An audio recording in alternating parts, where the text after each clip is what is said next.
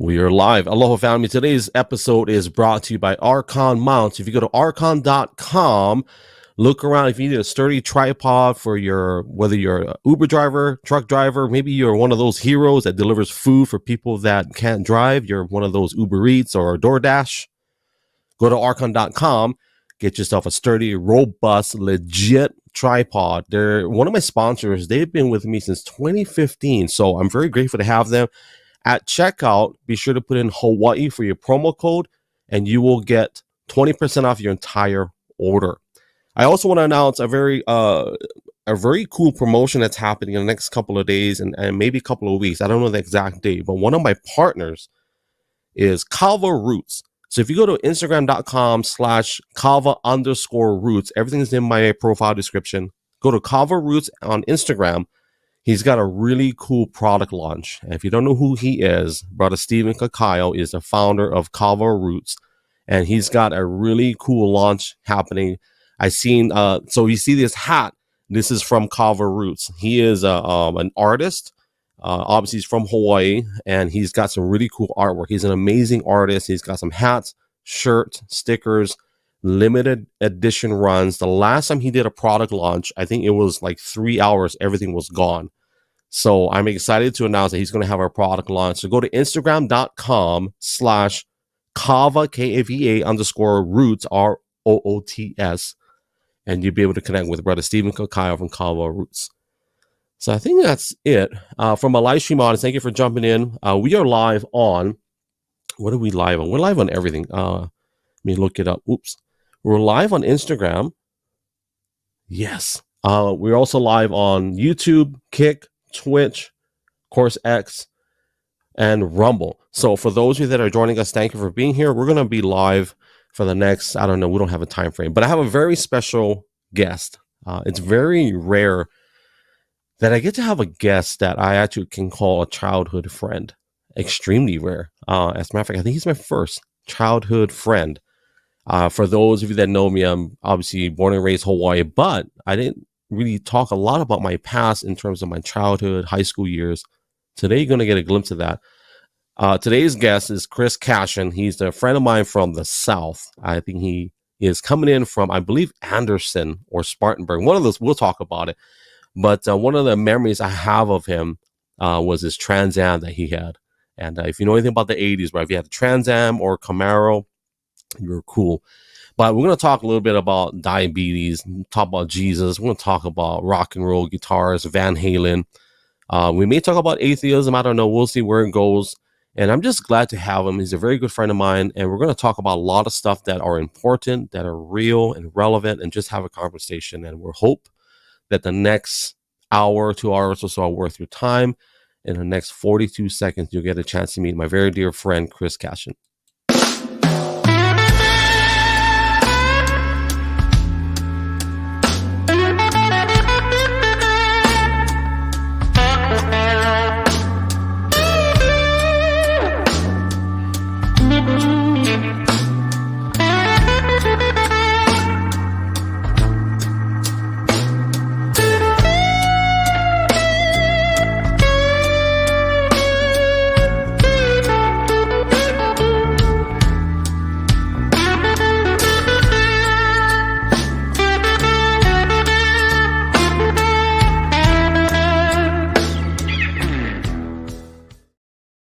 Yes, sir. I just noticed your ink on your left arm. What is that red? What is that red that I see? Oh, well, now which red? There's one right above the curvature of your arm, or right here. Right here. Yeah. Well, that's interesting. It was an Erwin McManus book, The Barbarian Way. And I believe this was chapter 4 or chapter 5. I'm going to write that down. Erwin McManus. The Barbarian Way. But it's a mosaic of Christ. Interesting. So I'm trying to, maybe I'm going to put you on Zoom. Hold on one second. I'm going to zoom you in. That's interesting. Yeah. How much ink you got percentage wise in your body? Well, this entire arm is being recovered currently. Gotcha. A lot of the tribal just sort of it was a fad back when I was still playing music, and so I had the tribal, so I looked like that cool guitar player. And then a buddy of mine who is a tattoo artist here in town, he wanted a couple of guitars, and I have more than my fair share. And so we traded, and I gave him a couple of guitars, and he's going to redo this entire sleeve. So, but the mosaic will stick around, and I have another tattoo from the Barbarian Way right here on my shoulder, and it's a lion's head with little warriors coming out the top of it. Out of the mane? Yeah. I mean, I don't know if you can actually see that. Let me zoom in real quick. Yeah, I see it. So, pretty fun, pretty cool. I mean, I've been getting tattooed since, gosh, I guess I was 25. I'm terrified of needles, bro. Well, major. Bro, be a diabetic for a while. Needles are easy. Well, it's okay. Here's a funny thing, right? And I'm public about this now. I wasn't for a while, but for anybody that knew me, like, dude, you're not natural. I used to do steroids, so I would sit in the bathroom for hours. I'm not even kidding, Chris, bro. Like trying to negotiate. I would literally talk to myself and negotiate. Just stick it in. You can do it. I was coaching myself. Just do it. Just do it. So I would draw with the 18, right? Yeah. And then I would switch the needle to a 25. Okay, this is so funny. I'm saying this now. 25. I was freaking out about a 25 needle. Can you imagine that? That's hilarious. Yeah. And you don't feel it, right? And you don't feel it. Right? So, yeah. But some of the needles that I use these days are so thin. It's really hard to feel anything anymore. You ever got because I would bruise, right? And so yeah. I wouldn't be able to shoot in that leg, or I only shot at my quads or my rear end. So yeah. One time I got so bad, and I don't know what else, because the reality is, if you do steroids, like, you can't just go to like Walmart. Hey, can I get a bottle of testosterone? No, you got to find it, right? So some of the batches I took were like, I don't know where they came from, right? So my leg would be swollen, and I couldn't walk for a while. So, sometimes you don't know what you're putting in your body. So, well, okay. So how long have you been off roids? It's been a while. What year? So we opened a drug rehab in 2019 in Kailua in Hawaii. So obviously you can't open up a drug and alcohol rehab and you're shooting stuff up your rear end with needles. That's fair. Yeah, at least from there. What year are we in? 24? 24, yeah. Probably at least 7 years. At least. Yeah. That's wild. Wow. Never took steroids. I guess I'm just naturally beautiful. Yeah, you could have, and it'd be so easy for you, but yeah. Well, I just throw the kettlebells and the slam balls. Let it be. You still doing kettlebells? Oh Lord, yeah. Kettlebells, Indian clubs, maces, and slam balls. Yeah, just anything to stay fully functional. Slam ball is a big, heavy, rubbery one. Yep. Just I throw those. I mean, just depending on the day, I wake up about 5:30, 6 o'clock in the morning, and after about a half a pot of coffee, the next stop is coming downstairs to go to my gym and work out for a while. You have your own gym, right? I'm guessing. Oh, absolutely, yeah. Yeah. I mean, I'm too cheap and too lazy to go to a gym.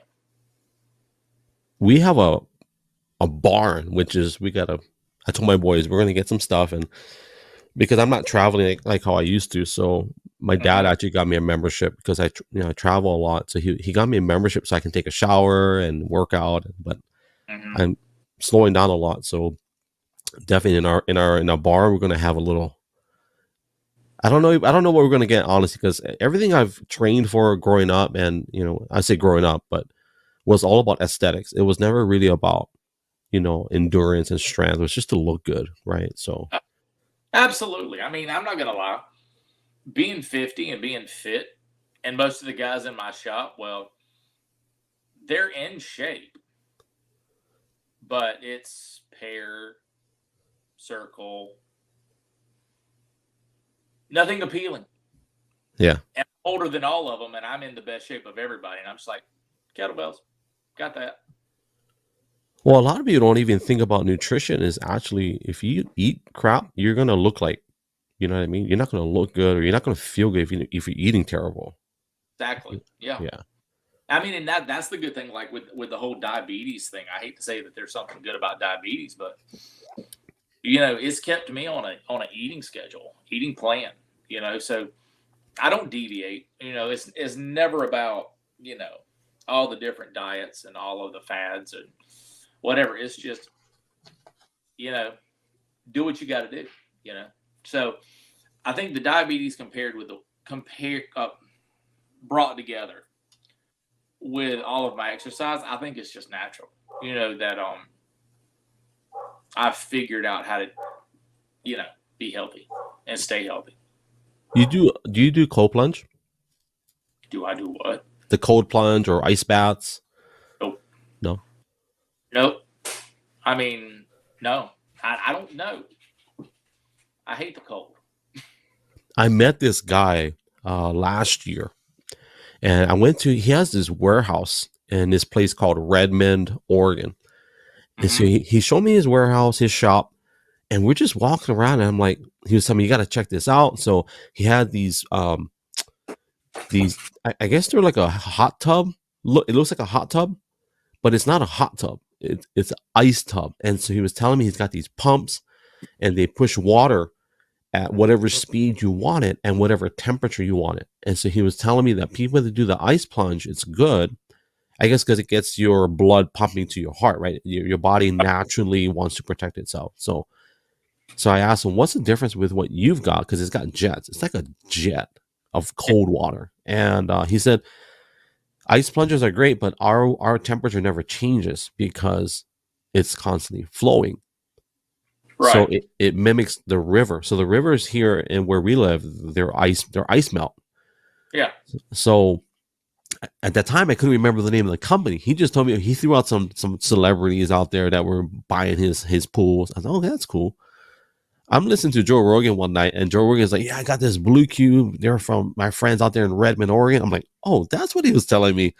And Theo Vaughn, another podcaster, he was telling a story on how there was a guy in California who had a restaurant or something. And he said that, hey, promote my restaurant. And so Theo Vaughn was making money from this guy's ad revenue from his restaurant.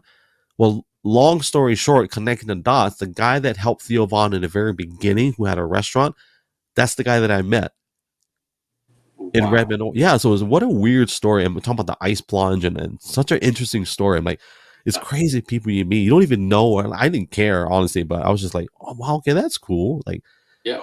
So that whole ice plunge, I'm really thinking about. I can't afford that one. That one is like 18,000. It's crazy. Yeah. No, I'll just jump in the tub and throw some ice cubes in. Yeah, dude. I'll jump in for half a second. Yeah. Right. I have this thing that I keep for when I mess up my shoulder or my knees or whatever while I'm doing kettlebells. But it's called a freeze sleeve. And those, oh man, when I abuse my shoulders or my knees too much, put them on, and it will freeze out anything, any kind of swelling. And then it just centralizes and then flushes out that entire system. So that way fresh blood can come in. But man, that thing gets colder than a freezer. And so I'll specifically freeze out if I have to. But that's only if I'm injured. So how do you store it somewhere in a refrigerator or freezer? Like, or does it? Okay. Well, all you got to do, it comes with a substantial plastic bag. This thing is really thick. But yeah, I leave it in the freezer, right beside the New York Strip. And Yeah, we gotta and talk about that. dude, so but yeah, I leave it in there, and just when I need it, I'll use it, and it'll just freeze everything out. So it's pretty cool. I like it. I mean, I think I paid like $60 for it, but it was really cool. We'll talk about nourishment in a second, but when you was talking about diabetes and like we're talking about all that health stuff, Yeah. I don't know if you remember this, but I remember there was a story. I can't remember what grade we were in, but you were telling me that you picked up a milk carton at Ingles. You bent over to pick up a milk carton, and next thing you know, you blacked out. You couldn't remember anything, and like, and I remember you saying something about your diabetes. You had what is it, a seizure, or you blacked out? One of those two. Yeah. Typically, if your glucose goes too low, you sort of black out. So yeah, back in those days, I was probably more prone to blacking out than I am these days. Um, When's the last time you had one? ooh, let's see, Sims is 24 now, and he was maybe 12, so maybe 12 years ago. That's good. Yeah. And really, it was just a miscalculation on my part, but it was one that luckily Sims was there, and even at 12 years old, he kind of he went to bat and took charge. So that's pretty cool. What do you mean miscalculation? Like diet, or what do you mean? Well, no, that particular evening we had went to we had a Bible study at a friend's house, and it was no joke, probably very little Bible study and a whole lot of barbecue. Yeah. And so, and everybody, everybody loves to eat, and everybody at that house, we all love to eat. So there were desserts, all kinds of stuff. So I was like, okay, I'm going to take this much insulin, and then I'll be ready to eat. So I hunkered down on meat, which protein, very little carbs. Hmm. And so I just ate and ate and ate, but I hunkered down on veggies and meat. And so all of that insulin had nothing to digest like carbohydrates. And so we got home, and my son and I just sat down and watched some TV. I pass out, he passes out, and he wakes up to me flopping like a fish in a Pentecostal church. And it, got out the glucagon kit, bam, right in the arm. And I couldn't use my arm for like a week. Wow. So yeah, that was my last seizure. Never want to have another one. Do you ever remember things when you're blacked out? Do you ever have memories of those things? Nope. Nothing. No. I mean, just it's one of those states that I guess the best way to describe it is that your body is trying to harness all the energy it can, and no sugar, that can be converted into energy. It's keeping vital organs going. It's everything else just gets depleted, and that's why, like, one of my doctors told me that the lower I allow my glucose to be out of a healthy range, that I'm really just inviting dementia. Interesting. So I don't go low anymore. My glucose does not go low. So, that seizure scared me. And then, all the information that my endocrinologist had put me back on tap. So dementia, I'm guessing, man, that's like if your body is fighting constantly, right, with seizures and blacking out. Mm-hmm. Well, I guess what is it that the body protects first, the brain or the heart? Well, wow, that's a good one. I don't know. Right? I really don't, because heck, protect the brain, man, because the brain like keeps everything functioning. But I think it's the heart. I might be wrong, but I'll research it. I think the heart is probably the first. I don't know. That is a great question though. I do know in babies though, that's the first organ to develop. Yeah, Is the heart. So that's a great question. that's a fantastic question. I never thought about it. Like, man, I'm genius. I'm going to be rich. That's kidding.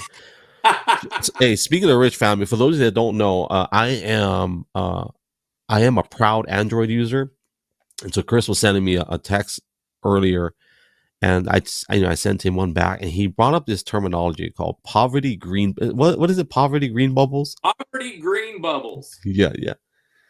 So before he could flex his iPhone superiority on me, I wanted to remind, hey, I do have an iPhone too. I just don't use it for personal use. I use it for business purposes. So as a reminder for those of you that are watching a live stream, if you're on an Android device, I do apologize. Twitter does not love you. They don't care about you. But you can watch the replay on another device. You can't comment or anything like that. But anyways, talking about diabetes, did the Skittles actually help you? Remember, you used to eat a lot of Skittles? Bro, I still eat Skittles. You still? That's funny.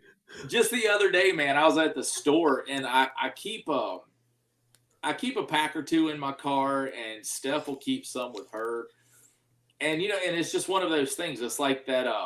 It's that comfort blanket that you have just in case something goes wrong. So that's kind of like an EpiPen for diabetics, basically. Amen. Yeah. Yeah. Yeah, that or a Snickers or a Twix or a big old batch of Oreos or anything not good for you. Well, is it the high fructose corn syrup that helps, or is that better than sugar? Do you think? I don't. It's not necessarily that. It's just is bringing your carbohydrates. Trying to find a way to bring your glucose back up, to bring it level. Not everybody. I mean, I'm an anomaly, I guess, because I use Skittles. But I love Skittles. But a lot of people, man, they'll use orange juice or grape juice or apple juice or something like that. So it's sugar, and probably the less processed, the better. But yeah, it's just trying to get your body back up to a normal level. Really, I guess that's really the best way I know to explain that. Well, you can't take grape juice in your pocket to school, right? And sneak it in your. So for those that know the backstory, I remember when I first met Chris, I'm like, dude, who is this guy eating candy in class? Doesn't he know like you can't be eating candy? What the heck, bro? And I'm thinking, I want whatever hall pass that he's got, and so I later found out he's diabetic, type 1. Well, I didn't know what type 1 was, but he had like some kind of note that gave him right. He had a note or something, right, that said you could do it. Yeah, my mother was such a nitpicky, and I mean that in the best way possible. But she was going to make sure I caught no flack from anyone. So I remember when we were in school together, she went to our principal and said, "Hey, here's the deal. Share the news." At that was it. Nobody questioned anything. I do remember there was a substitute teacher that questioned you, and you had a note in your pocket, or you had something handy. Really? Maybe you were lying. I don't know. I just remember the teacher was giving you flack about it, and then you're like, "No, it's legal. I can do this, right?" So I can't remember what teacher it was, but oh man, who was you were in French class, right? Was it you? You were in French class with me, or I can't remember. I don't remember taking. Well, no, wait, I did take French, and I took Latin, but French is real blurry. I don't remember really much about that. I don't even remember. I just remember our teacher. I think he was gay. Nothing wrong with that, by the way, in the sense of the context of what we're talking about. But it was just back then, there's something wrong with it. Like, wait, and it's a Christian school. On top of that, I think he was gay, but I think I joined the class because whatever girl I liked at the time, I think she was in it. So I think that's why I. Oh, who was the girl? I can't remember. Honestly, there's not a lot. And I probably won't mention the names just in case.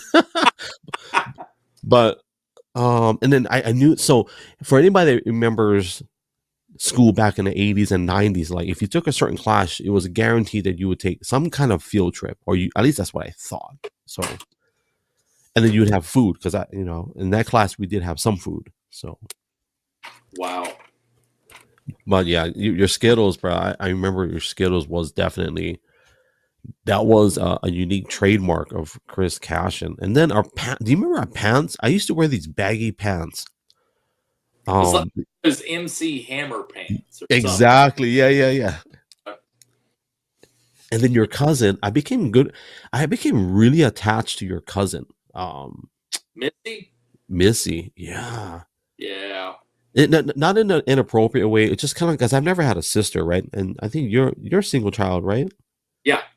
So I didn't know what it was like to have a sister. I have a brother, but so it was kind of cool to have someone that just talked. And she was so cool, and she was like from Venezuela, or she was in Venezuela or something. Missionaries in Venezuela. That's right. Yeah, that's right.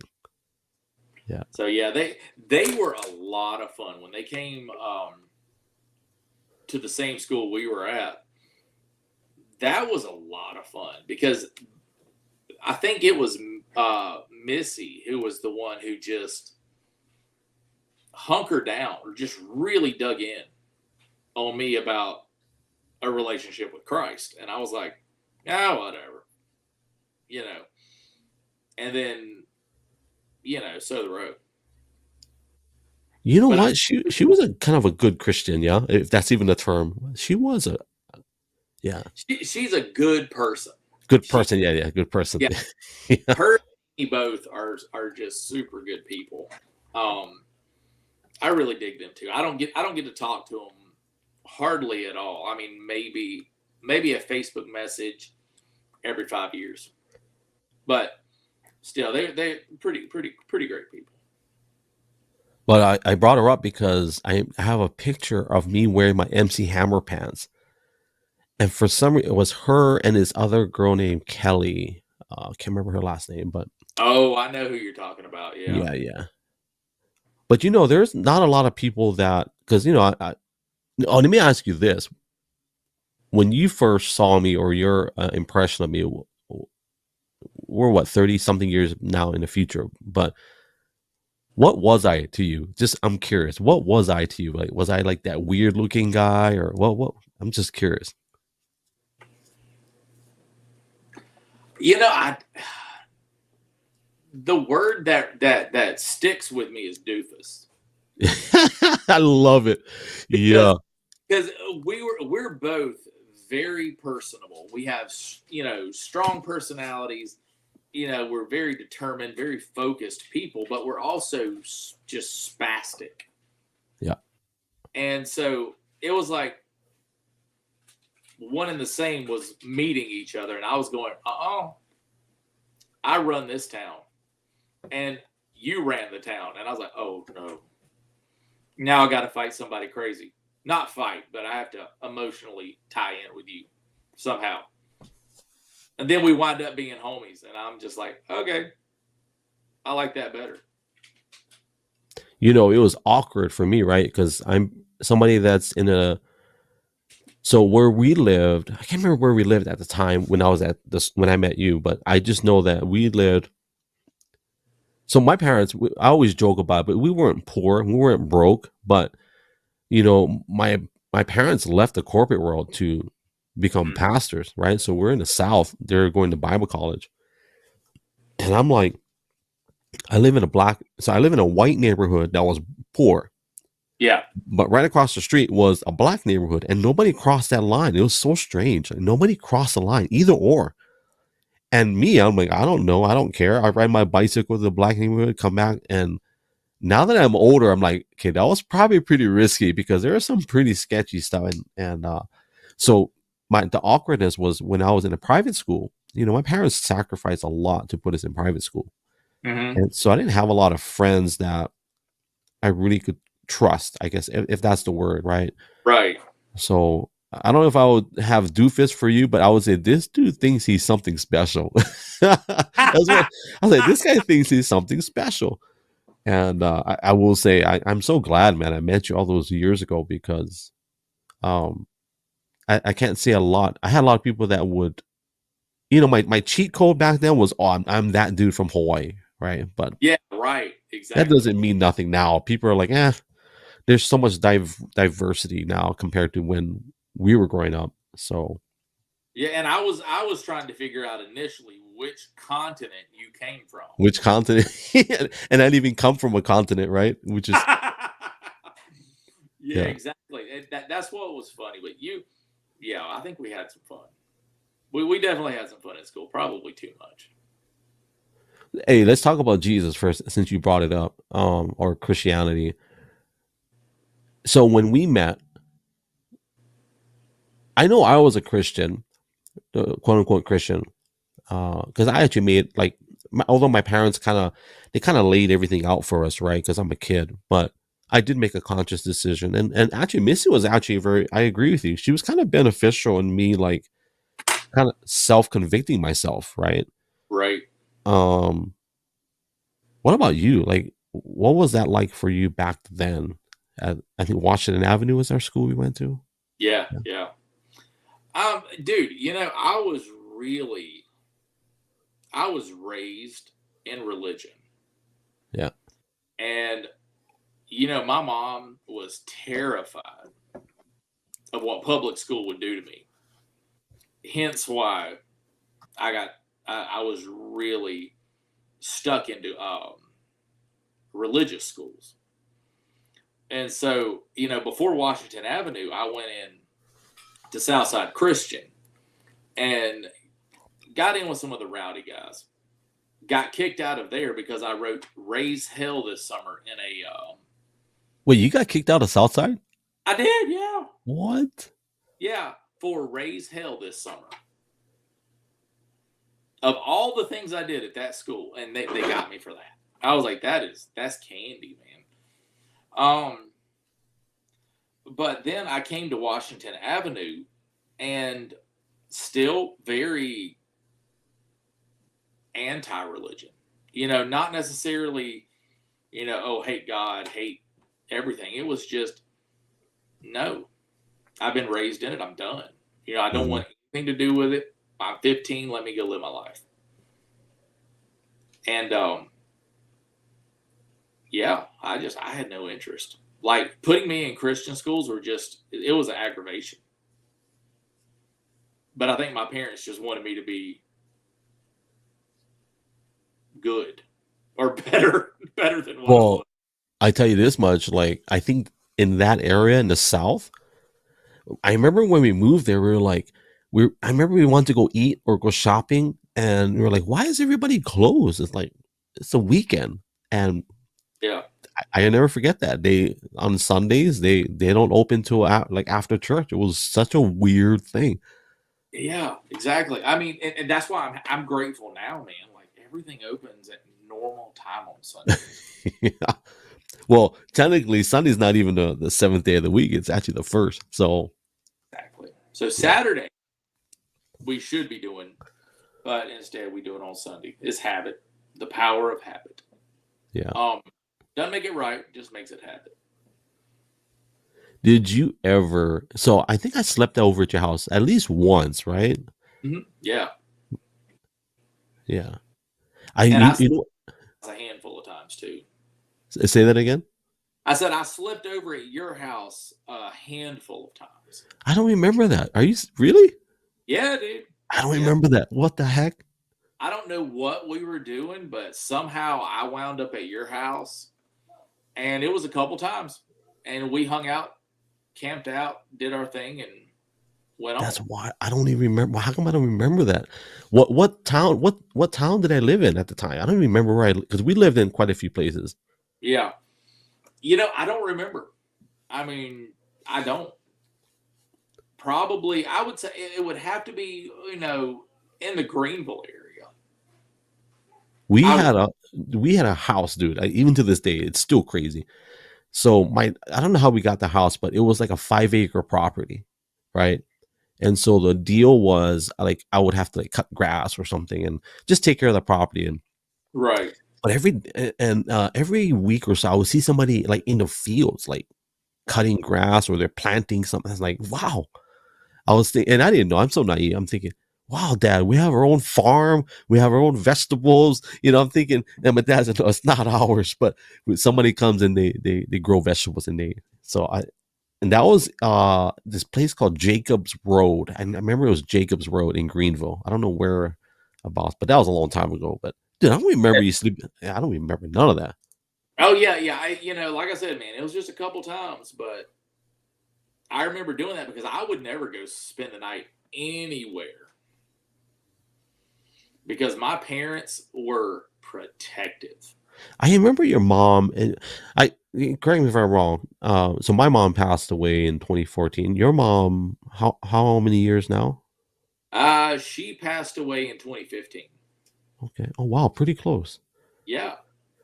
Well, let me say this, and I know this is public and all that, but I just want to say, man, I apologize I wasn't there for you, man. Like, just we got distant, right, throughout the years. Dude, we live life, and Yeah. we intersect where we do, and where we don't, we don't. And I mean, and too, like, we hunker down. You're married. Was married. And we got kids, and we're all close, and we all still care about each other. We love each other, and we're always in the back of each other's heads. But I mean, like, even with my old bandmates, I don't talk to them much. But it's not that I don't care about them. I just, I've got my own life, and when I have the opportunity, I will dive in and not let go and reconnect like we just picked up where we left off. Mm-hmm. But no apologies. That's just life. We live, we die. And we've got to accept that. What kind of music? Your bandmates? What type of music you guys play? Well, my old bandmates, the guys that I was on the road with and wrote records with, we were all that Christian alternative pop stuff. Christian alternative pop. Oh yeah. You get some gigs with that genre. At least you can. If you got a wide array of styles. Man, I'll tell you this: we never went without shows, and we got to open up for some pretty big names, and had a ball. I mean, I say pretty big names in Christian music. Pretty big names are like, successful bar bands. Throw some names out there. Just curious. Skillet. Oh, okay. Common Children. All Star United. Eric Champion. Ooh, Eric Champion. Yeah. He's a good guitar player, right? That's the guy that plays guitar. He can play guitar, right? No. I don't know. I got him mixed up. Jackie Velasquez. But she was headlining the same festival we were playing. So I guess technically we opened up for her, but maybe technically not. And Rocket Boy. Oh, those were my favorite guys on the planet. Rocket Boy. Yeah, Rocket Boy. They were out of Atlanta, Georgia. They were signed to Tooth and Nail Records. And all of those guys were always so fantastic. I remember those one night we were playing in Atlanta, and that's their hometown, of course. And one of the guys was just like, let's all just go to my house and crash. We'll order food and we'll all just sleep on the floor. Best night ever. Like, you got 10, 12 people in a room, and all you're doing is just trying to be comfortable for 20 minutes to catch a nap. So fun. You remember Bride? Oh, do I ever? I had my first car wreck to Bride. I don't know. I can't remember the name of the church, but I remember I don't know. I don't even remember how I got this, but somebody said, "Hey, we need help setting up the stage and stuff." Yeah, whatever. I didn't know who it was, and so we were setting up the stage at this huge church. It's a 4,000 member church. I can't remember the name. It was in Greenville, Easley, maybe. I don't know. And we set up the stage, and it started raining. And so the stage guy was like, we got to figure out how to, at least cover the stage. And so they had everything ready, but then it stopped raining. And then I never forget, this band comes flying in this parking lot. And there's like maybe 100 people in the parking lot. There's not a lot. It was very small. Like, Yeah. and this van comes flying in there. I'm like, wow, these two minivans are just, and then this tall guy steps out, huge guy, tall, like not huge, but tall. He was a bass player. And then this huge heavyset guy gets out with a big fat belly. And he was a drummer. Jerry Bloom, I think his name is. Yeah. And so we helped him take the instruments out, and then I realized, and I kind of knew who they were because I kind of looked them up, but I just never really listened to the music. And man, I'll never forget, man, they rocked that place out. Like, just that sound and the guitar. I think he uses a Gretsch. I can't remember what he used, but it was a beautiful sound. I love the sound, and a lot of feedback. It would just feedback like crazy because it was a kind of hollow body, right? Yeah. So it kept, and of course that was by design. But I never forget, I was kind of starstruck in a way, and then the drummer, I never forget, he was rocking it out. His belly was bouncing every time. It was so funny, that memory. But they started raining, so they paused playing. So we put the tarp up, and then Troy he said, "Hey man, can you hold this for a second? I gotta grab something." So in the middle of the song, the drummer was doing a solo, bass player. So I'm holding his guitar, and I'm kind of like, I'm a teenager. I'm like, wow, I'm holding this guy's guitar. And I started to feel this buzz in my arm. And I was getting a little, like electricity. And it was connected to his amp, whatever. And I'm like, wow, this feels nuts. And because it was raining, dude, they're playing in the rain. And I was like, wow. What I felt, the electricity, I'm thinking, this dude is playing in the rain, and he's probably feeling the same thing I'm feeling. I never forget that. He did that one song, Psychedelic Jesus, I think the name of the song is. Okay, yeah. Dude, that song was like, even to this day, it's one of my favorite songs, just because I was there, and it's so simple. The song is not even complicated at all.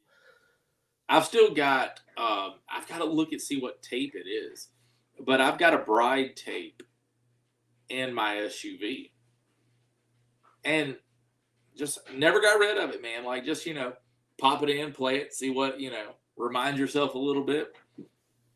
To our young listeners, they're like, what the heck is a tape?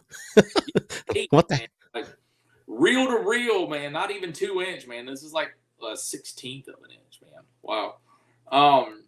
But yeah, man, pop a tape in, and then have to fast forward through half the album just to get to your favorite song. Absolutely fantastic. And right beside that Bride record, I also have the B-52s. Oh yeah. And and Stripers and God We Trust. That's my favorite album, believe it or not. A lot of people are like, well, okay, I take that back. That's my favorite album of that era, because they have different eras, right? Right. I think To Hell with the Devil would have been my favorite album and it's just my personal preference, if it was mixed better. Yeah. If it had a better, to me, the drums didn't have that boom that I like. In God We Trust didn't either, but at least the drums they're, I don't know, I felt they mix it very clean. A lot of the higher end, you hear that snare, that pop of the snare. So yeah. Well, what was great is Robert Sweet. Every time he would play drums, the hair's going, the cymbals are hanging down by chains, and he's playing in the round, man. He's just going all the way around. I would go see Striper live just to watch Robert Sweet all night long. And you remember I texted you last year, right, when we went to see them. I wish you could have made it, because they're getting older. But Robert Sweet, even now, he don't pull back as like how he used to. But I noticed, now that we're older, I understand it was all not illusion, but it was all, obviously he hits hard. No, even at this age, he hits hard still. But I think he does it in a much more safer, because he was talking about, because we got to see them backstage. We paid the extra money, right, to hang out with them. Right. And one of the things he talked about was, because he had to have surgery, And so because all those years of just hitting, he had to learn how to hit properly Yeah. versus. So when when he does his arm, he swings around his whole body.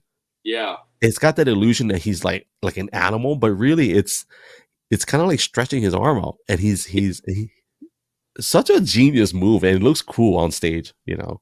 Oh, absolutely. Dude, I used to love Striper's stage show. It was absolutely fantastic.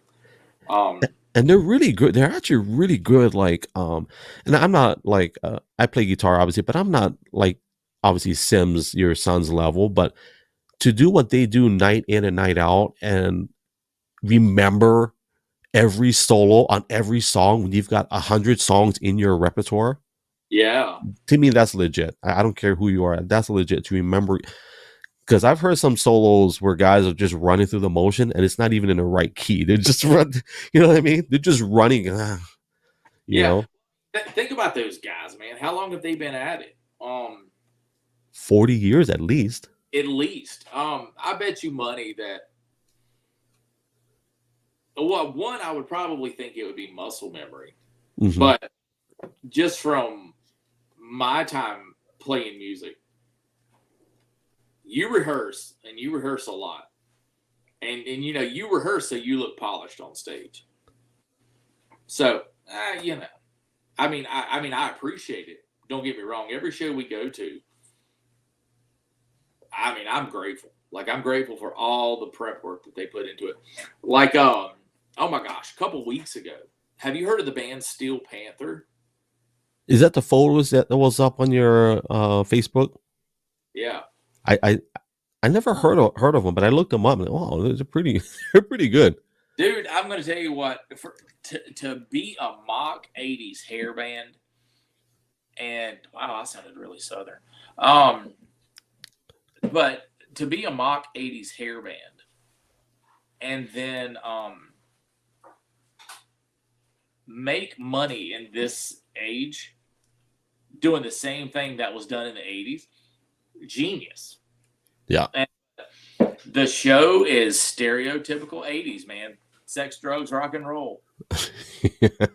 They embody it so well too. It is so funny. The entire comedy show that goes with the show is great. It's almost, is it a comedy show or is it a concert? So that's where I'm at with them. But you know, they're fun. They're a lot of fun. Are you gonna you gonna play? You think you ever play again and get a band and just kind of? You know, I play a little bit here and there. There are some buddies of mine that I that teach at music and arts, which is where I'm at right now until I finish school. But they have a band, a local, you know, bar band, cover band, whatever. And occasionally they'll call and ask me to come and fill out the sound. And I'll do that once every 2 or 3 months. But I don't really, I don't know that I care to ever really play again. On that capacity. Yeah. Oh, yeah. Yeah. No, Yeah, I would. I'd never put it to a full time again. I used to play in my brother's band, and I actually got, just for the record, I got fired from my own brother's band, which is that's a whole nother story. Because I hated to. No, take that back. It's not that I hated to practice. It's just that I couldn't make it to all the practices, and when I did make it out, I just got off work. You know, and I'm tired. You know, I got kids, and my wife is at home, and so I didn't really enjoy the practices because I knew I could play this stuff. Yeah. But the problem was I didn't play to how they wanted it, right? So I would miss fills, I would miss accents and those kind of things. Yeah. But I loved it. Like it was your top 40 stuff that we would play in Waikiki and some Hawaiian songs. But I don't think I would ever want to do that unless it was like for me personally, like ministry related, where there's something that I don't think I'd ever just do it just for the music. Right. You know, and it's interesting, right? How we both go two different ways. And one of my favorite things, man, is just to grab my guitar when I can and just worship, you know, like I Yeah. found this guitar. You can't really see it, but I'll pull it down, dude. I found this guitar for $30, bro. What? This is a cheapo El Cheapo, uh, the Jasmine line for Okay. Yeah. Yeah. $30. And the story is, sometimes we'll go like thrift shopping, I think they call it, or treasure hunting. Yeah. And this guitar was like literally brand new. So I check everything, check the keys, make sure the intonation, and this thing never goes out of tune. Never. Like it's strange. It's so strange. Like it's some sorcery. But yeah, $30, man. I love the way it sounds for $30. I'm like, it's the best $30 I ever spent. Dude, I've had opportunities similar to yours and found some great guitars. I mean, I have a lot of guitars. And but some of my favorites are my cheap ones. Yeah. The ones that have history with me. A lot of mine over to the left side of my room are Sims guitars. All of the ones that he grew up playing and he really cut his teeth with and made it into music the way he did. And all those, man, love them, never touch them. Cheap guitars, but we've just modified them and put new pickups in them and this, that, the other. And it is really freaking cool to have those. He he has his own songs that Yeah, people play, yeah. that people cover. I was watching before we went live. There's people that are covering your son's songs. I thought that was pretty, and those are hard songs, dude, or lick whatever. I'm like, dude, what the heck? Okay, let's talk about him. Well, before we talk about him, how did you in because when we were young, I know you were already gifted, right? Right.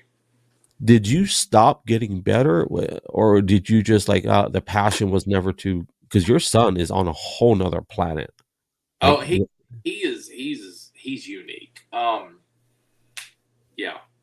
But no, I never really stopped. I think playing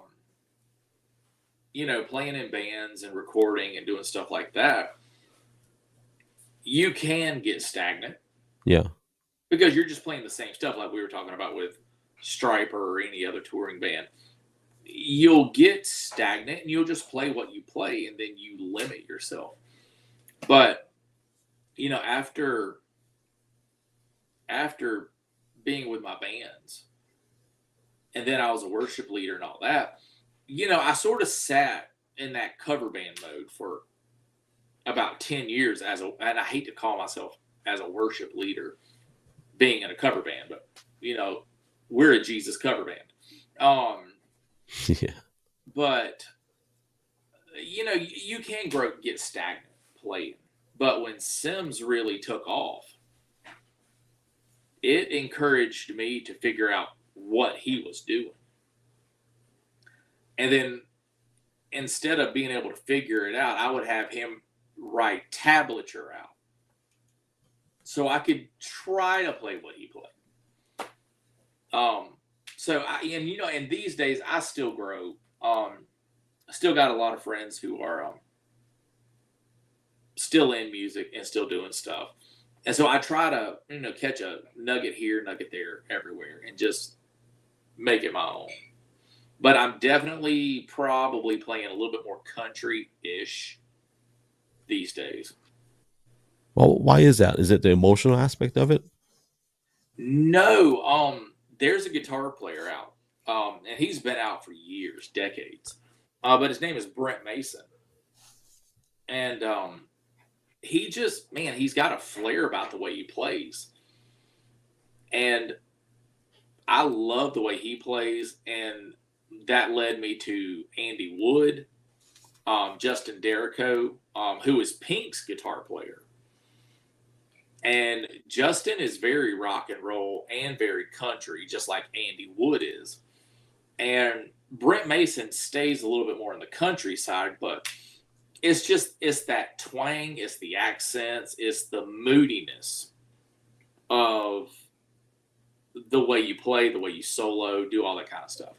So I just like it. I mean, I played the rock and roll stuff, and rock and roll's easy. Yeah, yeah. I want a challenge, man. Like, give me something to do that I have to focus on. You know what's a challenge is anything Terry Bozzio. You ever listen to his stuff? I I think know. I did. yeah, he's from that Frank Zappa era. Oh, Yeah. oh, okay. Yeah, okay, yeah. That's next level. That's next level stuff. Is crazy. And since you brought up Zappa, I'm going to throw one at you for you to check out later. Dumb all over. I'm gonna write it down. Dumb all over. Dude, you're gonna love it. It's a great song. I think it's probably my favorite Zappa song, right beside what is it? Bobby Brown. Wait, which Bobby Brown? No. That's the name of the song. Oh, okay. I was like, wait. Yeah.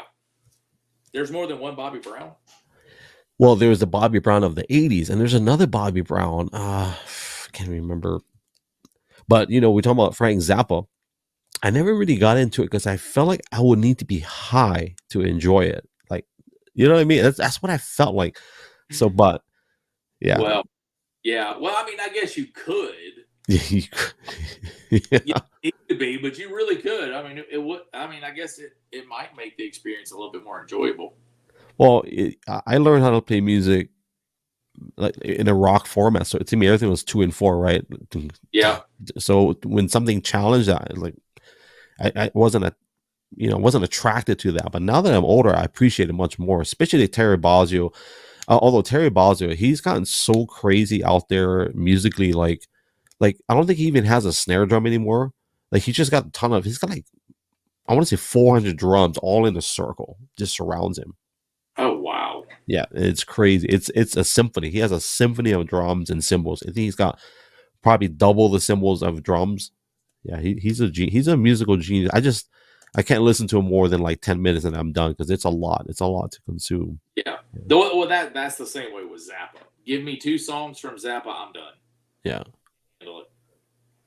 So that music we were talking about, do you enjoy more of the groove or the technical aspect of a song? Technical aspects. If you can understand what they're doing and why they're doing it, oh man, it just makes you appreciate their effort, because, wow. I mean, the groove is great. Now, if we're going to talk like hard rock and metal stuff, oh, it's absolutely the groove. With some technical sprinkled. But if we're talking rock and roll, country, blues, funk, it's all technical aspect. Just, I want to learn from it. The videos I put in the beginning intro, one of them was you were playing with that band. It was Prince, and I forget the other. Yeah, I got it from your Facebook, but yeah. Do you actually get into playing that type when you're just sitting in the pocket in that type of groove? Do you enjoy those type of playing? Oh, dude, absolutely. Yeah. You just, at some point I don't want to say mindless, but you get to where your brain and your body connect. And then you just groove with what's happening. I can James Brown for 30 minutes straight and I feel amazing. Anything James Brown with that simple, I can do that for hours and I'd be totally fine with that, With a solid, good God. Yeah. Yeah. Well, hey, let's go back to, because I want to give some people some hope if they can. So in the diabetes, I know it's been 12 years. So I know you said you're going to school, right? So your schooling, I know we talked about it before, but that's for coaching people through what you've been through, basically, right? Yeah, it's going to be life coaching and health coaching. Okay. Have you come up with a business name for it yet? Really no. Just, right now I've really just been focusing on absorbing the information, because, baby steps and everything, especially with schoolwork, because I'm not the best student. So I have to focus, and so I just, probably when I get through with this section of work, I'm gonna figure out what business name, get have an LLC, things like that. But yeah, just now, no actual name. Is there a way for someone to overcome diabetes 1? Type 1 is genetic. So Okay. once it's there, that's it. You might as well sit in for the long haul because it's going nowhere. Have you ever heard of anybody actually not having type 1 anymore? Never. I mean, they do have stuff like islet cell transplants, and other things that are that have been successful, but it's got like a timeline to it, and every so often you have to go in for maintenance checks, and you have to take rejection meds in some form, so that way the islet cells that they put inside of you, your body doesn't attack it like a virus. You But said islet. Islet, is that kind of like blood plasma? well, islet cells are what produce insulin. Okay. And I mean, granted, we have our pancreas, and the islet cells are what helps break down our food. That's the more appropriate way to say that. But the islet cells help produce insulin, break down our food, and regulate glucose. So, but from what I understand about the islet cell transplants, is that after a while, I think, I don't know if you have to re-up or what, but who knows? But yeah, the basic function of islet cells are just to help break down food. I wonder. I'm sure this is totally radically different approach or topic because I don't know much about it. But if you remember Kobe Bryant, when he had torn a ligament or he tore several major injuries, but he kept playing throughout the whole season. Mm-hmm. And then at the end of the season, he went ahead and did the surgery. What they found out was he was doing this thing called plasma or platelet rich therapy. Yeah. Where they infuse some kind of blood that's rich in, I forget, I'm butchering it, but basically you're infusing blood that's high and high concentrated in certain things that your body needs to repair. Right. So I wonder if they have something like that for people that have diabetes, type 2 or type 1, Yeah, it'd be interesting if they did. I mean, I know other countries in Europe have been experimenting in finding cures, things that, potentially work. But here, the FDA won't approve that stuff. Of course. Stuff. But there's probably something out there. We just don't know about it yet. Yeah. So how much longer till you graduate? August 30th. Okay. We may be in Atlanta around that time. My wife graduates in July. I think July. Nice. What is she graduating in? Business management, but she's already she's going to go for her master's, so that'll be another year. But she'll go ahead and get her bachelor's in July. So if we're out, yeah, and we're old, bro. Can you imagine that? What a cool thing to do in a different chapter of your life, bro. Oh yeah, 50. Because what, you're not quite 50 yet. Not yet. You're 50. I'm 48-ish. Mm-hmm. I'll be 49 this year, so we're pretty close. Yeah, you know what? There's something to be said for being old. Hey, this one guy on social media was saying, "Oh man, I feel like I'm middle aged," and so I asked him, "How old are you?" He goes, "I'm in my 30s." I said, "Dude, what? No, what the heck, dude? I'm in my 40s, and I think to me, and now that you and I are older and we're making better choices nutrition wise, I feel like this may be middle age for me. Yeah, I plan on living to be at least 75 to 80, maybe even higher. So." Mm-hmm. I don't know about you guys, but if you're saying you're middle aged in 30s, you better fix something. Oh, if anybody says they're middle aged at 30, I want to punch them. I just want to punch them. Because I'll promise you this, I'm going to live so daggum long. I put my kids through diapers. They will put me through diapers. Well, I used to say that, Brian. My wife is like, don't say that. So I'm like, okay, I won't say it anymore. But it's a good way to motivate our kids, right? But here's the thing: I don't know what South Carolina is, but Hawaii has the highest life expectancy of all the states in the U.S., and I think it's at 80 or 81 years old. So that's the average age of somebody in Hawaii when they die. Yeah, it's pretty high. It's pretty high up there. So, yeah, well, in the land of deep fried, I think our life expectancy is 55. Hey, is there still the clock drive-in? Are they still in business? Absolutely. What? Man. Oh man, they're like McDonald's, man. They will never go out. Are they still owned by the same people? Probably not. Okay. But yeah, man, clocks. Oh, man, what I wouldn't give to just be able to go and order a chili cheeseburger right now. Well, I remember I would always get the fries and whatever I could afford, right? And I still remember the nostalgia of it all. So, yeah. See, it's talking about nostalgia, and I'm going to bring up something. This is kind of funny because I know I brought it up to you before.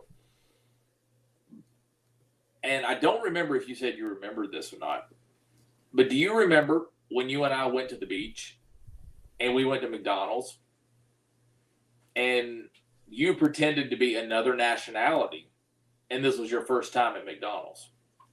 I remember. Yeah, I remember those moments. Yeah. Hey, let's finish telling the story. Okay. You did yours earlier. I'm going to do mine now. I'm going to go pee. I'll be right back. Bro, okay. I'm going to put my fancy video. Hey, family, you're watching. Thank you for watching. We're going to do a quick commercial pee break. We'll be right back. Where's it at? Where's my fancy video? There we go.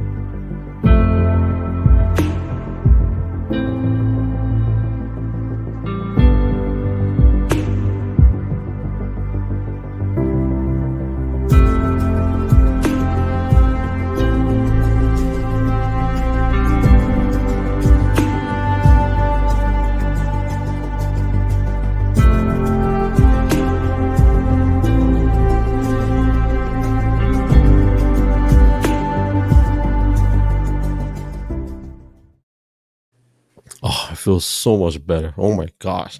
Agreed. So I haven't drank Coke, I think in a year. And by the way, my wife is watching us on YouTube on we're on a big TV. So I just saw it just now. It's like we're famous or something for a minute. Yeah, something to that effect. We'll talk about dreams and goals in a second. And we'll talk about that story. But I stopped drinking Coke, I think a year now. Right. I feel so good. Like I drink these sparkling waters. Yeah. And I have a hard time drinking straight water unless it's really cold. But anyways, yeah, I drank 3 or 4 already, so I'm gonna stop. But hey, tell everybody that story about Myrtle Beach. I think it's Myrtle Beach, right? Yeah, it was Myrtle Beach. The basic idea, the way I remember it, we were standing outside, hungry, and just teenagers being stupid. And we decided to walk into McDonald's.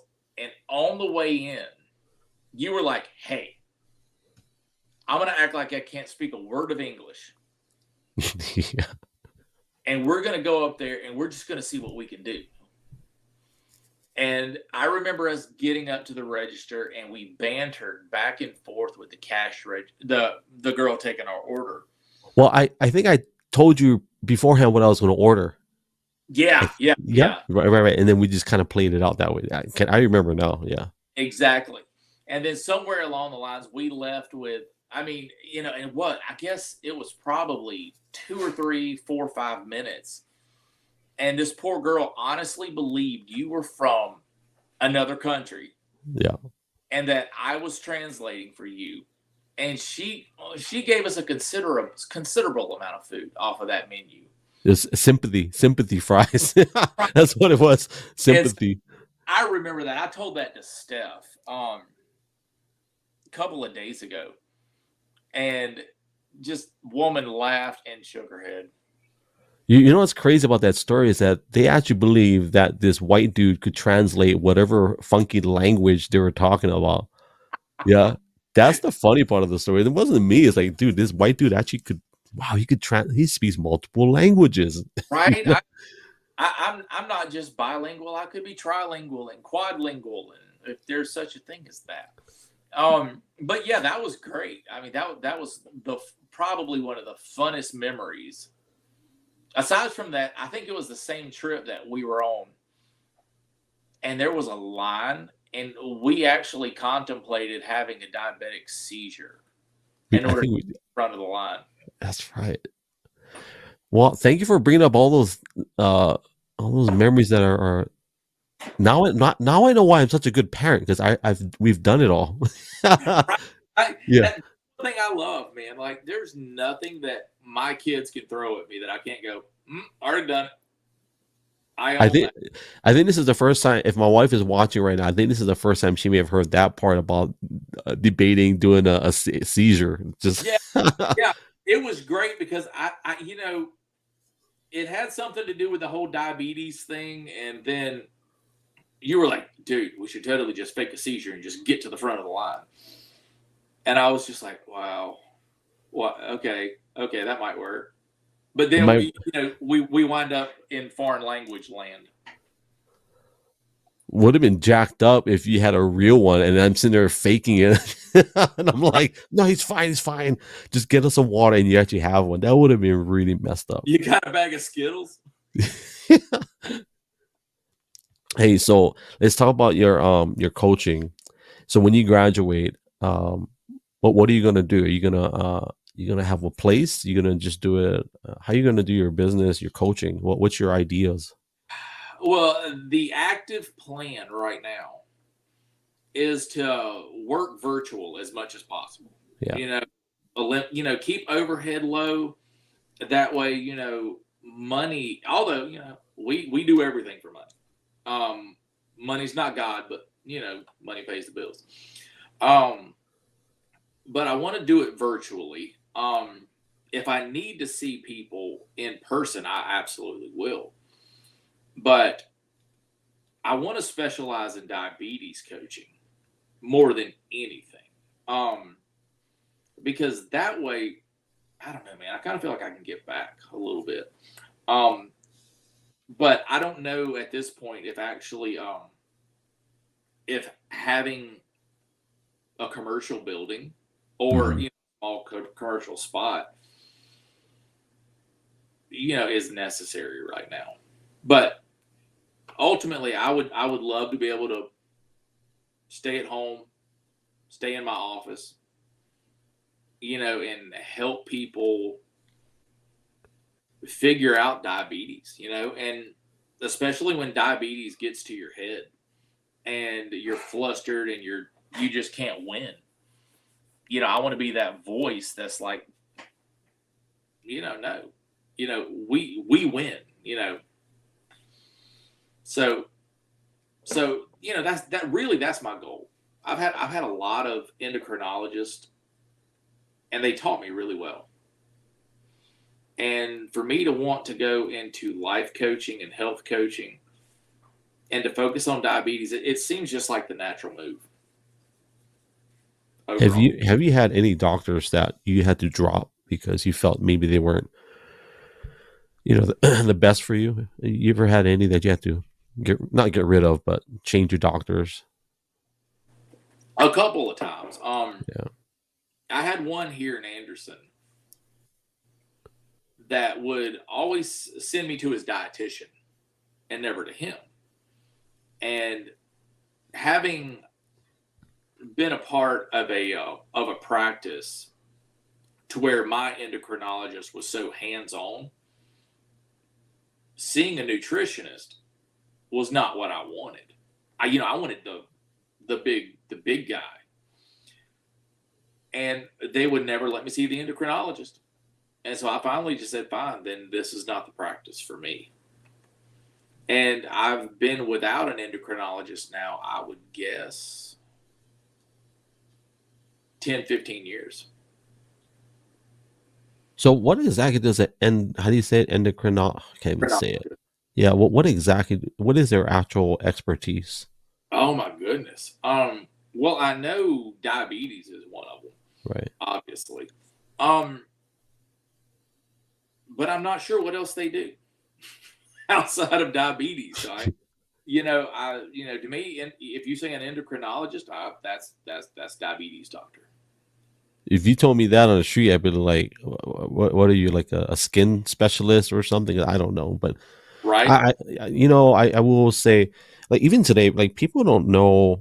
Even with my wife's health journey, our kids, like there's a lot of people that don't know that you do not have to stick with the doctor that you have. You can always shop around or get a second opinion, and we learn a lot. Just now that we have our own kids, our own family, and the ultimate question I have is about diabetes one, but when it came to like vaccinations and things for our kids, and for me, I remember I used to go every whatever amount of time, and I'd be like, I hate. That's one of the reasons why I hate needles is because I had asthma as a kid, and I used to have to get shots every week or every other week, and I used to hate. It was traumatizing, Right. and now it's like when we have our kids, and it's like we had this one doctor, very disingenuous, not personal, almost like they didn't care. And then we're like, man, this is crazy. Like, why are we even here? And so we learned, oh yeah, you can always request, someone else. You don't have to. And I don't think a lot of people realize, because at the end of the day, like, your body, especially now at our age, we know, like, and if a doctor's not going to be in that place where at least spend the time with us, at least in a genuine way, then we'll go find somebody else, like find another, find another doctor. Right. Exactly. Yeah, that's one thing I've been grateful for. My my primary care physician, from day one, I told her, I said, listen, I work out, I eat right, glucose, body, all in all, is in good shape. I know what I need, I know what I don't need. And we will discuss what you think I need. And I haven't changed doctors in a very long time, but she will listen. And there was one time she had even asked me, she was like, well, I think I want to put you on a cholesterol med. And I said, nope. I said, give me however many months it was between visits. I said, I'll come back and I'll be fine. I came back and I was fine. So, well, cholesterol is, what is that? Like a statin? Is it statin medic? What do you use for that's cholesterol? blood pressure. Blood Oh, blood pressure pressure. have statins in them. And statins are good for diabetics in a sense because they help protect your bodily organs. Is it necessary? No. Is it helpful? Yeah. But I mean, even I don't subscribe to that 110%. Mm-hmm. How do you? We're talking about type 1 being genetic. Here's a question: how did it become genetic? At what point did it, like? There has to be a starting point, right? Right. that's controversial a little bit. How so? Well, certain thoughts will say that your body responds to trauma Okay. in certain ways, and and then and that could be a potential idea to run with. My doctor, because I had no history of diabetes, told me that because I had chickenpox twice, that my body treats the islet cells as viruses, and so my body attacks what my pancreas naturally tries to produce. So, I mean, it could be genetic. Genetic meaning what? Who knows? I mean, trauma is genetic, I guess, in a sense, because Yeah. you sort of carry that from one generation to the next. But when it comes to the diabetes, type 2 is easy. Hmm. That's the chosen. Oh, I'm not going to say that. That's mean. But type 1 definitely has something to it that leans more to genetics, or just being predisposed. So if there's a starting point, that's where I asked in the beginning, right? Is there a possibility of there being an ending point to type 1 diabetes? And if so, what kind of research would prove or support that Man, thought process? yeah. Well, I mean, if there was ever an end to diabetes, which there never will be,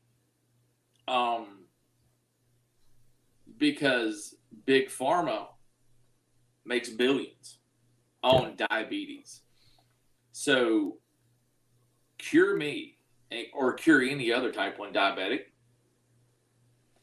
then stock prices drop, corporations start to close their warehouses, their manufacturing facilities. They won't ever let a cure for diabetes or cancer or anything like that out, because profit margins go to zero. So there could be something out there, but it's about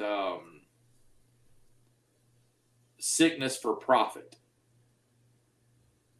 Well, we talk about big pharma, but I think the connect the dots to me also is the FDA, right? Food and Drug Administration.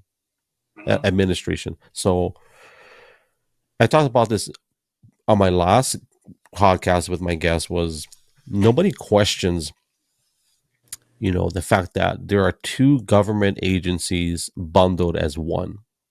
Right. One manages our food, and Mm-hmm. one manages our drugs. And Mm-hmm. I don't think it's a mistake that nobody questions it. But if they were, what if you got pulled over next week and the cop is, hey, I'll be right back. He puts on his judge robe and then he Yeah. sentences you. And then he's like, I'll be right back. Then he puts on his prison guard uniform and he's like, okay, let's go. I'm like, wait, what just happened? Right. Exactly. Yeah, and that's the way the food is now. Think about how much stuff is processed and has preservatives all through it. Stuff we were never meant to eat. And if you have food suppliers working alongside big pharma and other, medical supply companies, of course everybody is going to give us something to make us sick, so big pharma and investors can make a ton of money off of us, off of ignorance, because we don't do our homework. And when it comes to nutrition, I mean, I'm not going to lie. Occasionally I'll have a McDonald's cheeseburger because they're holy and ordained by God Almighty. Yeah. But, you don't, I have to choose to be wise. Like I said before with the diabetes, I have to choose to eat healthy, and I have to choose to be there and be aware of it all the time. And if everybody operated like that, then some of these food companies that put all these preservatives and different additives into their product that makes us sick, then we'd put a dent in big pharma naturally. But it's about being aware, and nobody likes to be aware. Being aware takes up too much energy. It's too hard. And somebody had mentioned, I forget who it was. I remember. I won't say it because, well, I'll just say like Candace Owens. She was a guest somewhere, and they had asked her a question about how's your family life, how's your home life, and she said, "Oh, it's great. We just started we started farming. We started planting vegetables and fruits, and she made a comment that why aren't more Americans doing this, even if it's just a little planter box. Like we just started gardening. My daughter's, she's great, by the way. She's really good.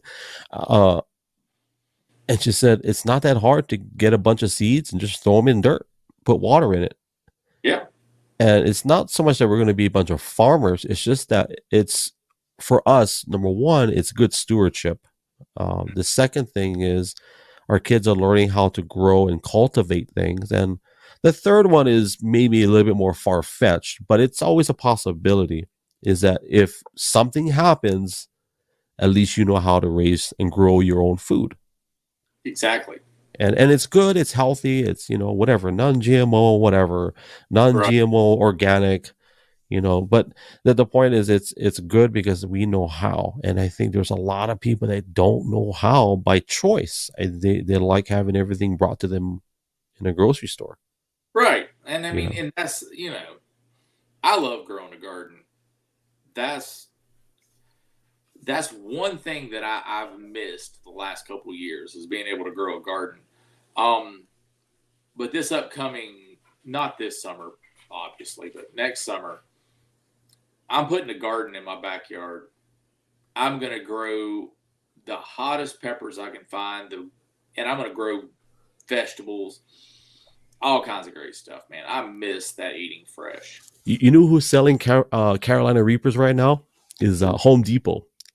No. They have a whole shipment, and it's all pre-packaged, and the plant it's ready to pop. So anybody wants to buy Carolina Reapers, Home Depot has them, and it says Father's Day presents on it. It's so fun. I'm like, I want to buy one, but I'm like, I can't eat them. Like, I would have to make it into a sauce, and even then, it's hot. Man, those peppers are hot. Oh, absolutely. Yeah, I love it. There was a time. It's been a while ago, but we were growing ghost peppers, and I had no clue the power of ghost peppers. I was just trying everything in my power to keep deer and rodents out of my garden, because my garden was humongous. And so one year, just for giggles, I planted ghost peppers all around the perimeter of my garden. And I walked out one day, and the bush, the plants had already bushed, and they look like small little Christmas tree bushes. Absolutely fantastic. But this, I guess it was a deer, rabbits, possums, whatever. We sort of had a menagerie of rodents floating around the garden. And I saw a ghost pepper a little bit higher up on the bush with a bite out of it. And then there was one really low that had a bite taken out of it. And that season, I didn't have one rodent, one deer, nothing coming to my garden. And I had the best squash, the best zucchini, all that kind of stuff. Okra, potatoes, whatever. It was just, it's so fantastic. Well, so I'm glad it worked, because we had some chili peppers, not anything as hot as, I think the hottest one we had is like 100,000, Scoville units. Yeah. But the birds love those. They'll eat them up. Like, if you don't pick the fruit right away, they'll start eating them. It's crazy. Yeah. See, no. No, I heck with anything that's going to get a hold of my garden. Not a fan. So you have so here we have they call them the mule deer. Yeah. They look like donkeys. I don't know if I don't know, but they all look like, I feel bad for it, but they look like a bunch of homeless donkeys. Like they're missing hair, and it's I feel bad, and they're limping, and so and you can't shoot them because they have a law. So you'd have to be outside of the, in the, what do they call that? Public lands. They call it BLM, Bureau of Land Management. So, and there's a lot of deer here, so but hey, so I want to go. I know we went backwards, but with your life coach, here's what I'll say. With your coaching, health coaching, and all that, I have it's called Think Ethic, Mhm. and you ever heard of them? No. So it's like I pay $100 a month, and I have access to creating courses. So I have what you would call digital products, right? So if I was to do life coaching, for example, and have a course, that's where I would upload my videos. I have PDF files. You can upload everything on there, and people can pay you a one-time fee. Or so I'm actually finishing my daughter's course. My daughter has a cooking course, and so I have all the videos. I just got to finish it and upload it, and we'll charge people like, I don't know, $10. Right. We haven't finalized a price, but either $10 or maybe $10 a month, and every month they get a new class, a new course. I don't know yet. But I have one for live streaming, which I charge like $500, and people pay and they take this course. And Nice. so that would be a good avenue for you do a job one time, they take the course, and if they need extra, like hold your hand kind of a deal where you walk them through, you can do that too. I think that's a great resource, right? Rather than getting a building, because I think having square footage to have an office space, it's kind of, I want to say, overrated or even not necessary in some cases. Yeah. So, but Well, Thinkific is a great resource. yeah. Send me a link to that because Yeah. I'd love to check that out. But yeah, and two, man, these days, who wants to get out? I hate to say it, but when I'm home, I'm home. Like, give me access to anything online that I can do and not have to leave my house. So I mean, setting up courses and things like that, that's great. Um, and would definitely be good for me because I've had some friends tell me, start a TikTok, start doing shorts on TikTok or this or that or whatever. And I'm like, yeah, but knowing me, I would just give up all of my secrets in the first 4 TikToks and then I'd be done. Yeah. Yeah. Dude, while you were talking, I went through our comments on YouTube. I'll pop up on screen. Uh, so there's a guy on YouTube, Wesley, says hi. And then he goes, atheism is the worship of Satan. And I don't understand this one, but he says the worship of Satan is the act of seeing Jesus 7 times, hearing Jesus tell you. I don't understand that. He could be in a different language. And then he uh, says goodbye. Goodbye. Wow. Dude, that's the funny thing, man. I love the stigma that comes with people growing just spiritually, man. Saying that you went through an atheist phase in life. I mean, atheism truly is believing in nothing. How do I worship Satan if I don't believe in him? Do you okay? Let's go there. So, do you define atheism as believing in nothing at all, or is there more to it? For me personally, this is just me. For the 10 years that I was just a staunch atheist, um, I really didn't care to believe in anything. You know, Going from Christian rock bands to being a worship leader at a megachurch and just being burnt out. call it atheism, call it what did Lecrae call it? Deconstruction. No matter how you look at it, I don't know, man. Atheism is really not, for a season, it's not a bad thing. You grow, you learn, you become a better person. But it's not, this I'm going out in a black-haired wig in goth makeup and worshiping Satan. It's just, I'm just choosing to live my life at peace with everybody. And if people can't deal with me, then fine. So to me, atheism is just, I don't know, man. Like, atheism for me was my time to get along with me and to shut God out, shut everybody out, and figure yourself out. That's what 10 years for me of believing in nothing did. It helped me figure myself out. So, my view of atheism is a little skewed. So what burned you out when you say burned out? What was it that actually led to the burning out? Or probably being a worship leader. Getting into the megachurch arena and just being in the megachurch arena really just fried my brain, fried my faith. And it was the business of the church and the neglect of the people that needed something. And they were trying to get it by going to church and worshiping God. But the people leading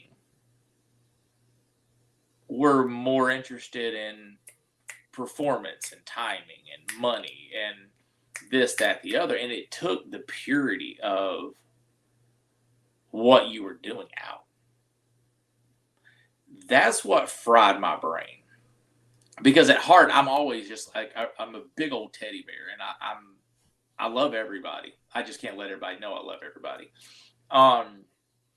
But when I saw the lack of compassion and the lack of a genuine heart for what you are actually doing, I just walked away. I said, that was enough. Like, if that's the best, and this is probably one of the things that it just jumped into my brain again.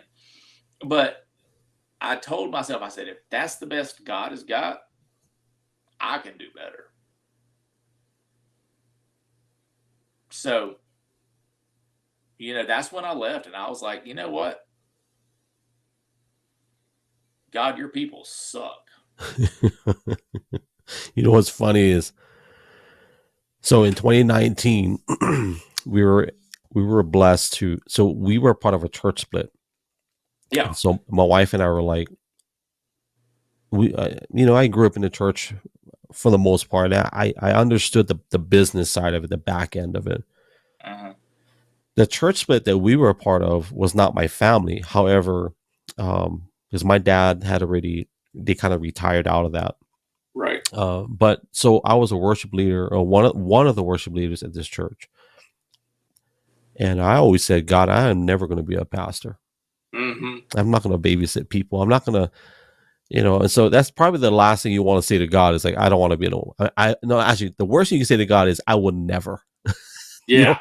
I would never encourage anybody to say to God, I would never do this. And so anyways, the church split. And so my wife and I, we're not leaving. People still meet. We're still going to meet with people, and we'll do Bible studies. We'll grab a guitar and do some worship, and we never stopped, right? And so through that we were asked to take over the church. So we actually, but it was more like a new church plant because the majority of the people left. So, and then that same year, we were asked to help open up a drug and alcohol rehab in the same place. So one of the things that one of the leaders, because we had, so the drug and alcohol rehab, it was started in Tennessee. So they have, I think, 40 centers worldwide. But out of that ministry, the drug and alcohol rehab, it actually started from a church called Compassion Church, which was founded in Tennessee. Mm-hmm. And actually, that's some of my good friends that they're pastors of that church, and that church averages about 4,000 a Sunday. Here's the funny thing, though. That town, I think the town is only like 2,500 people. Mm-hmm. So for them to get a church grow from like 50 people a Sunday to 4,000, and the town's not even that big, right? So that's the backstory to that. So when they came to Hawaii, and we basically worked together, and I worked for the Hope Center Ministries. One of the guys who was our regional leader, he said, I need you to tell me when your Sabbath is going to be. When is it going to be your Sabbath? When is your day of rest? When are you going to take that day? Because we need to know, so we don't ask you to do anything. And he says it can't be Sunday because that's when you're working, right? So I can't just take a Sabbath when I'm supposed to be preaching. And I thought that was very interesting that, and he said it's very important that you line that out for yourself, because if you don't, you're going to run yourself to death, right? Mm-hmm. You're gonna work yourself to death. And so I always took that with me. I'm like, and how many people in the church that are in the ministry, worship leader, whatever, or any position, I don't think we're feeding them or equipping them properly, number one. Number two, and you probably can see this too. If you go to a church, for example, and you see that, let's say the worship leader is on stage weeping and crying and he's on his knees, that's fine. But if they're doing it every Sunday, yeah, I think maybe Brother Man should probably have that time on a private level, because when you're leading the congregation, you're leading the congregation. If you're having your personal Jesus time and you're constantly repenting on stage, it might be a good indicator that maybe you should be doing that. And I see that a lot in church where our leaders they're not getting in the word, right? They're not spending real authentic time with God in their private time. right. And so I'm kind of glad you went through that, not in a weird way, but a lot of people don't get that luxury of experiencing what you have, right, on the front end and the back end of things on ministry. Well, Yeah. the good thing of it is, I don't get asked a lot because I don't really share my experience with a lot of people. But when it comes down to, being in the church, most of your leaders are broken. They're worn out, beat up. And I hate to say it. I mean, I'm making this as a blanket statement, but most of them are just broken and beat up. They're worn out. And their congregations do not give them time to self-care. And self-care. Ooh, that's another bad word. Yeah. But if you can't self-care, you sure as heck can't care for anybody else. And I think that's probably the biggest, because I really don't think it has any, and not trying to be contentious, but I don't think it has anything to do with being in the Word or being whatever. I think that the church exhausts their leaders. I think the model is broken too. That's what I think. Yeah. Because, and we're not going to be doing theology today, but if you look in the Bible, if you actually look in the Bible, what a church actually started as in the book of Acts chapter 2, Mm-hmm.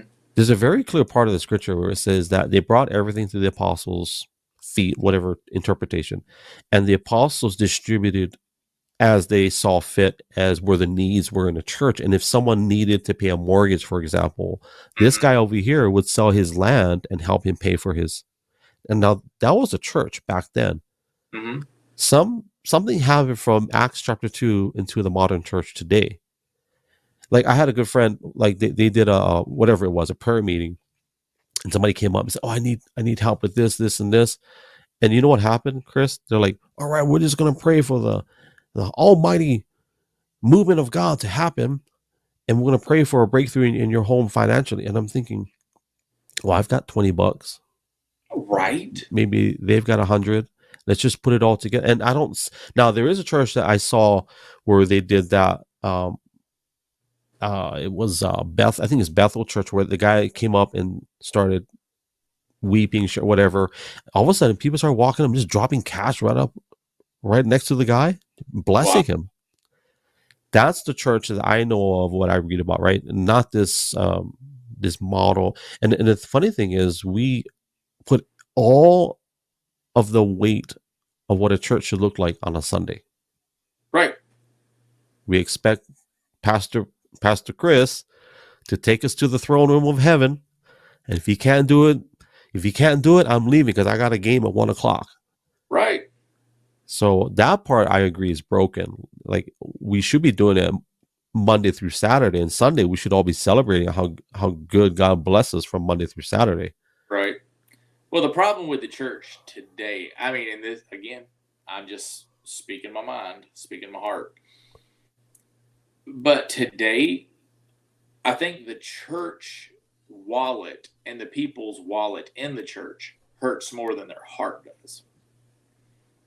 That's why you hear a lot of people saying, "Oh, I'll pray, I'll pray, I'll pray," but I'm not doing anything because my wallet's going to hurt just a tad if I help you. So people's wallets hurt more than their hearts hurt. You know what's funny about what you said? So when my mom was sick, there was these two key people in our life that they blessed my family financially. Mm-hmm. We didn't ask them, "Hey, I know you've got a lot of money. Would you be willing to?" And I'll drop their names publicly because we had a GoFundMe page that was set up, and they blessed. And one of them was my former employer, Angus Mitchell, Mm-hmm. and then another was the Katz family. And I know that they did it out of their heart because when you look at the receipts, it wasn't a business card; it was their personal finances. Right. And it's funny how people that are in that realm, the wealthy, they understand the principles of giving, Mm-hmm. and they understand that. I'm not saying the church doesn't, because it depends on where you're at too. Because I will say, growing up in the South those years, there's a church in every corner. That's the Yep. culture of the South, right? Like you probably had 5 different Bibles in 5 different versions. I had a Sunday suit with my Sunday shoes. Now in Hawaii is a little bit different culture wise. It's definitely a lot more relational. It's not so much of a religious thing. Right.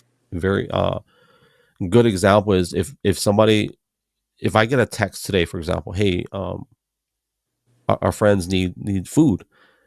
I'm not even kidding, Chris. By the end of the day, that entire family, like the entire house, will be flooded with groceries. People are going to be paying their cell phone bills, those kind of things, right? Yep. So that's probably more of a cultural thing,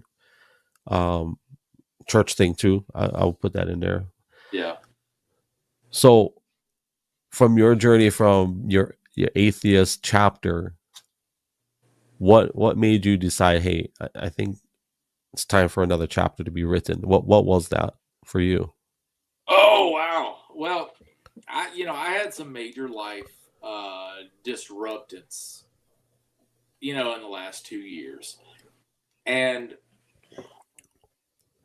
really, to say, to be cliche and say it brought it to my knees is probably an understatement. But I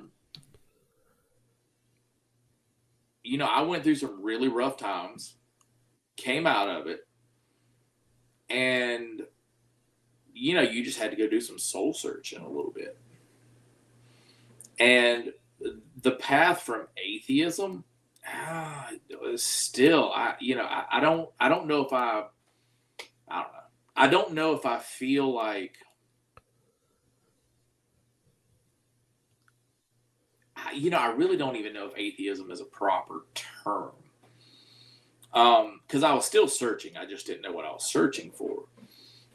But through the course of it all, I came out on the backside of a lot of negative things. And, you could just feel something bigger than you there. Mm-hmm. And, and I would always be like, all right, God, all right, universe, whoever you want to be called, however you want to be addressed, I'm here. Let's go. Let's have a Donnybrook right now. Let's just go for it. And, compassionately and lovingly, I just, God met me where I was. And I don't know, it was really cool, but it wasn't the God that the church teaches. Or, the God with the open pocketbook that almost resembles Santa Claus. God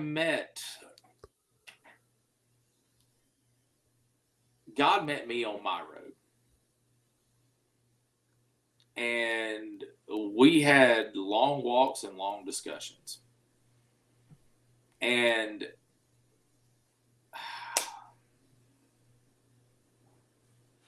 in the end, it was just, all right, it's going to be us. And I'm not engaging anybody else. I'm not engaging a church. I'm not engaging even my closest friends in deep conversations about religion, because they will never see it the way I see it. They won't experience it the way I experienced what I have, because that was a plan in place way before I was even born. I had to grow from it. I had to learn. And as much as things took me away, that route away brought me all the way back, but brought me back smarter. Did you retain any of the old stuff? No. Or did you? No, nothing. When kind of like Lecrae's book, I Am Restored. When I went through my we'll call it my deconstruction, not the atheist phase. But it was sort of atheistic. But the deconstruction and the rebuild, after reading that book and understanding the process that I went through,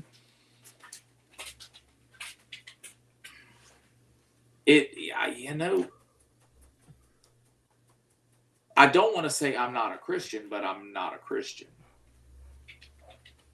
I worship the same God and the same heart and love, but I just don't identify myself with a church or an ideology that a building and a pastor and the worship band would subscribe to. I'm not trying to make up my rules, but, I just had to let go. I had to let go of all of that and embrace a little bit more Eastern Orthodoxy in my relationship, so I can get a little bit deeper without being religious. And that's the last thing I am these days, is religious. I think a lot of people are, and when we talk about the word religion, it's literally still searching. Yeah. Right. So I always tell people, and I rarely use the word, actually, I don't even use the word Christian. It's not that it has nothing to do with if I agree or disagree. It's just, if popular culture views Christianity in this fashion, that's not how I am going to be identified. That's the first thing.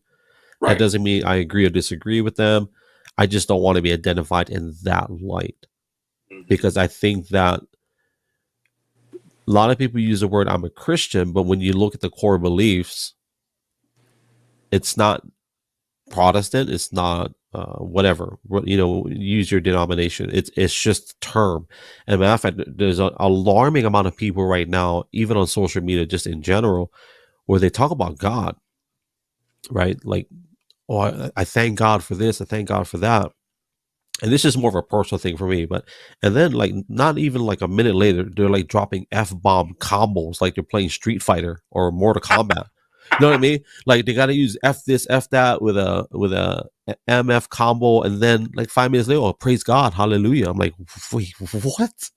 It's like, wow. What?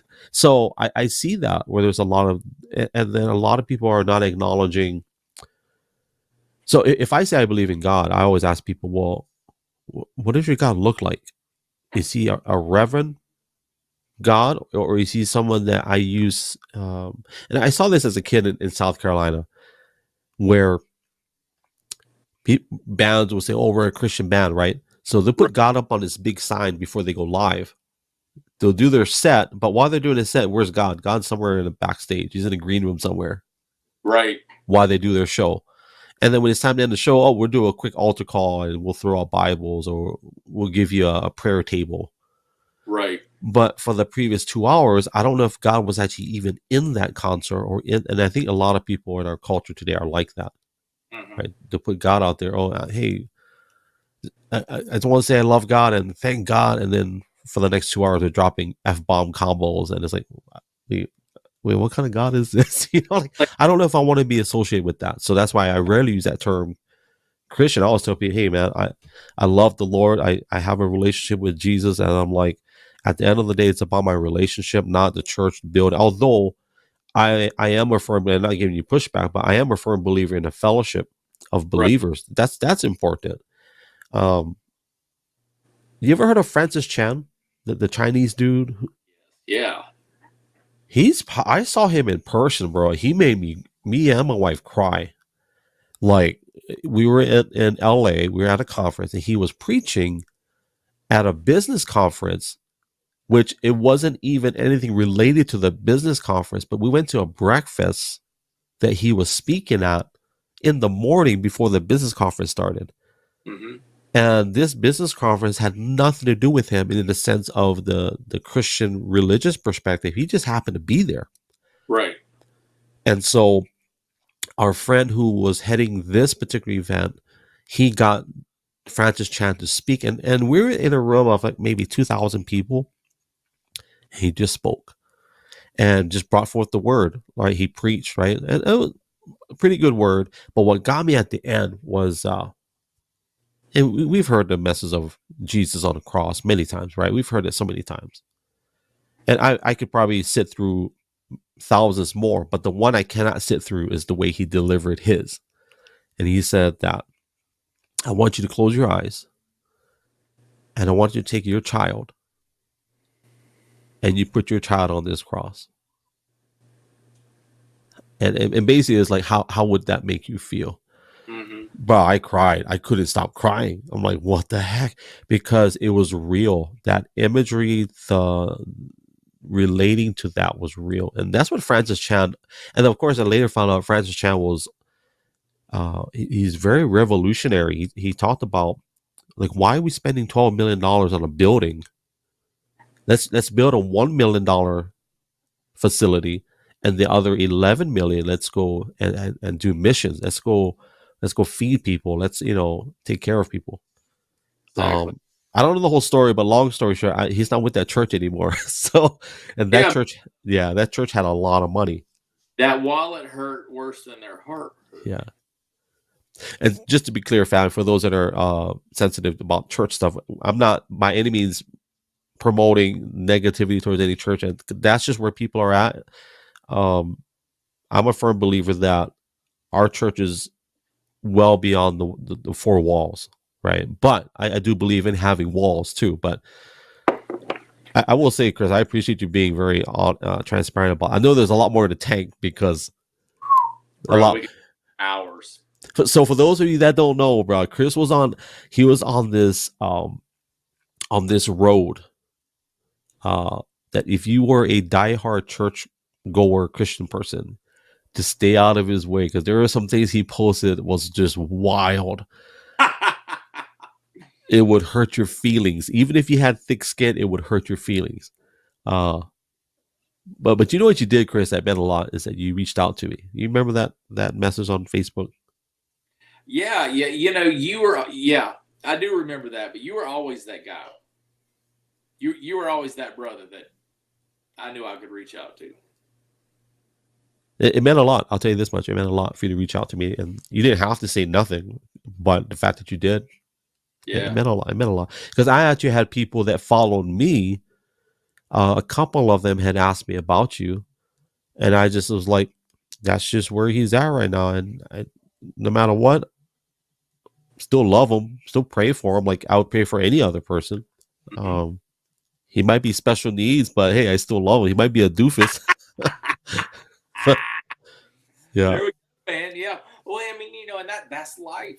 We grow and we learn and we go through light times and we go through dark times. And if you don't embrace them and then find your people to embrace those times with, no matter where you're at, if you don't find those people, you're lost. You've always been one of my people.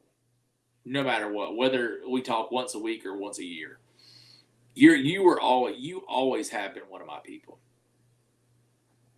You and that weirdo Jay Maccabee. Yeah, let's talk about him. We're gonna put him. So, family, I don't know if I've ever shared stories about this Jay Maccabee. I'm gonna clip this, by the way. I'm gonna put it on social media. I want to tag him. But Jay Maccabee, my memory of him when I was in high school, he was this muscular guy. Kind of find out now it's a lot different. He's actually a short dude too, right? He's not tall like. In high school, he had that whole no neck John Cena thing. Yeah. He's like, oh, big, like, yeah. But that's my memory of this Jay Maccabee, and he was in today's standards, he was a bully. But back then, he wasn't a bully to me. He just was somebody that maybe a mild bully, but not really, because I figured out a way to overcome that. But yeah, dude, he was such a turd. Yeah. I never really took him seriously, but we had a few instances that I will not dive into. Yeah, we talked about that already, so probably not this one.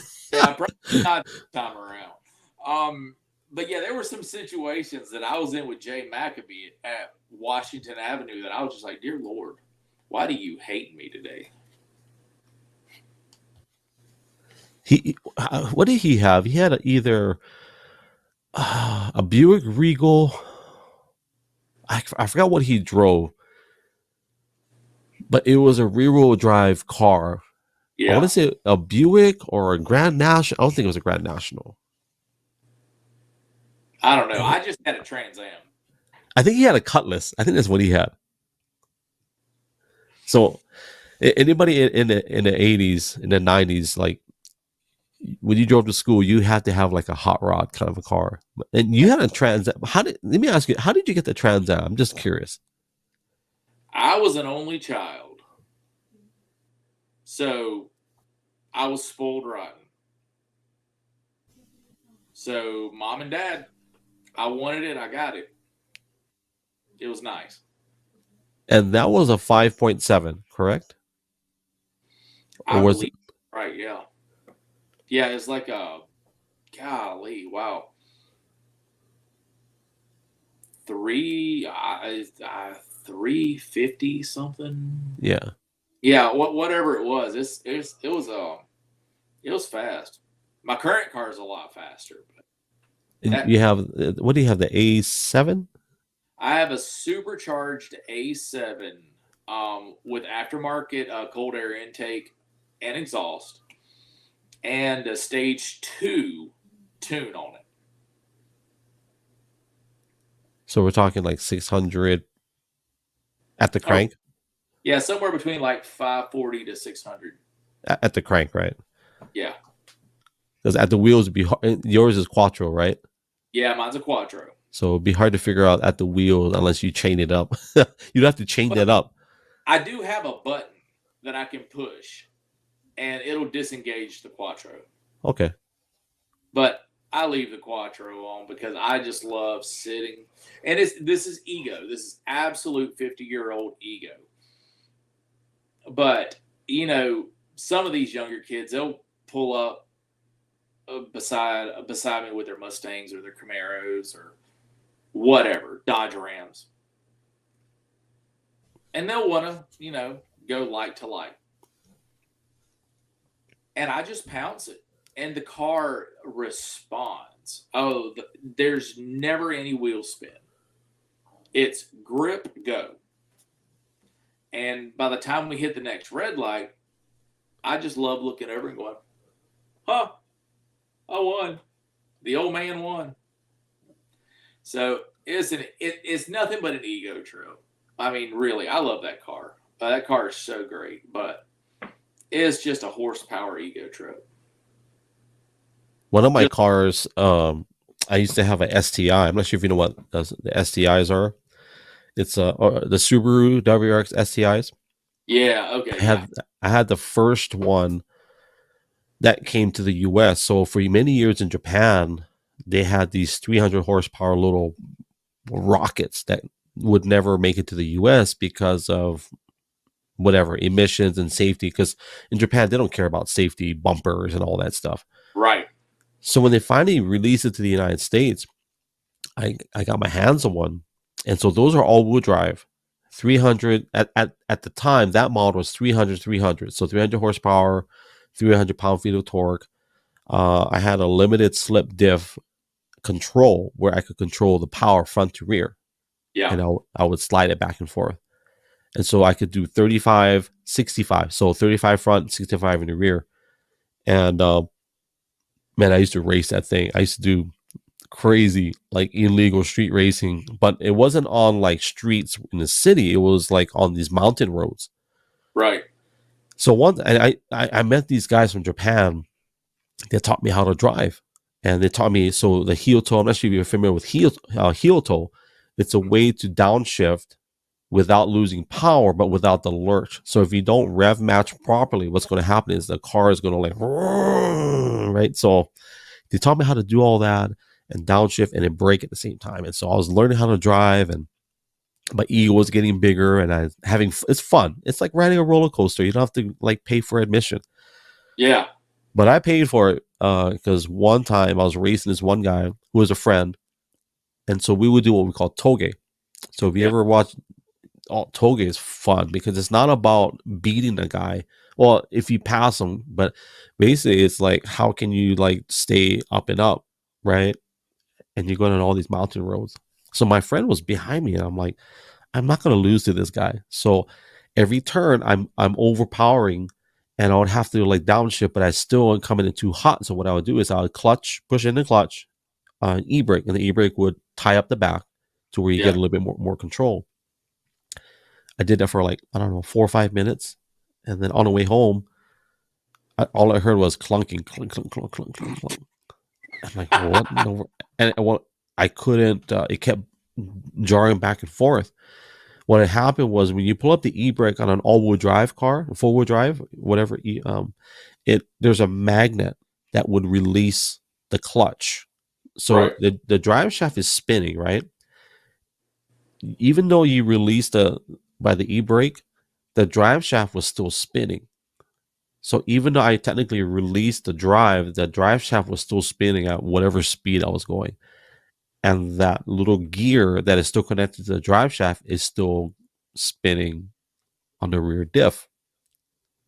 So that was, I think, a $4,000 mistake.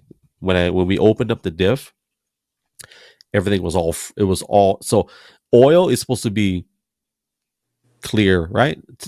Theoretically. Right. Either clear or black. Black meaning it's burnt. Right. My diff oil, it wasn't clear and it wasn't black. It was silvery and it was shining, like a unicorn that had diarrhea and just like totally. So it was thick. I was like, the gears are grinded. So that was a very expensive mistake. These paddle shifters. Yeah. My A7 has paddles, and oh man, I love that. Well, you pay for that, right? Because the paddle shifters, the reason why your car is so expensive is because you got that technology where it releases everything. That's like Yep. F1 technology, basically. Yeah. It's I'm gonna tell you, man, that wow. Yeah. Now, That's this does your car rev match when you what downshift? Does your car rev match when you downshift? no. I don't believe it does. I The may next be time you test it, next time you get on a road and just like floor it and go to like fourth gear and then just downshift real quick. If it blips your throttle, yeah. I'm pretty sure it does. Your cars are those cars are pretty advanced. Yeah, and it probably does. I just, I think the fastest I've gotten that car is about 110. And That's fast enough. well, and my boy, I was playing a bar gig one night, and I needed something, and so he ran back to the house, but he was gone for a minute, and he came back, and he was like, "Holy cow, Dad, your car flies!" I went, "What did you do?" He said, "I got it to 130." I went, "Oh God." I'm like, don't tell me that. I don't want to know. But so he got it to 130. I've had it to 110. And I mean, other than that, I really haven't messed playing with the paddles very much. I leave it in comfort mode because, well, I'm 50. And I like comfort. How much is gas right now for you guys over there? It's right around 310. You know what's funny about that? So I drove from from Oregon to Texas to Oklahoma last year. Yeah. The farther I go east, the cheaper the gas gets. Absolutely, yeah. See, And yeah, premium. I have to use the top of the line stuff for the Audi, so that's why I'm saying 310. It's about average, I guess. somebody said, "Oh, that's because Texas, the oil." Like, no, that's part of it, but we don't get a lot of our oil from Texas. A lot of it is political. It's political things or political climates, whatever. Exactly. Yeah, We'll steer clear of that conversation. yeah. But it's funny though because I was in Texas and gas was like two something. I'm like, wow, this is super cheap because we were paying, and I don't even look at gas prices here because I just fill up. But I think Yeah, it's like around five, close to five, something like. So, like, I don't look, I don't care because I'm gonna go to the same gas station every single time because I get points, so I could care less what it is. Now, if I see that it's $7, I'll be wait a minute. yeah. Yeah, No, most of the time, like I really enjoy these wholesale stores that have gas pumps. I don't know what that is. You got to explain that. What the heck is a? Well, Are we talking? like Costco. Oh yeah. Man, if they've got a gas pump there, bro, I'm totally stopping. I don't even care if I need gas. I'll top that joker off just to say I got $2.80 gas. Is there still the motor mile in Greenville? Yeah. Did they still call it that? I'm just curious. I don't know if they still call it the motor mile. I think all of the dealerships are still there. But I really don't drive the motor mile much. I still call it the motor mile. But yeah, Toyota, Lexus, all those guys, Audi, BMW, Volkswagen, everybody still over there.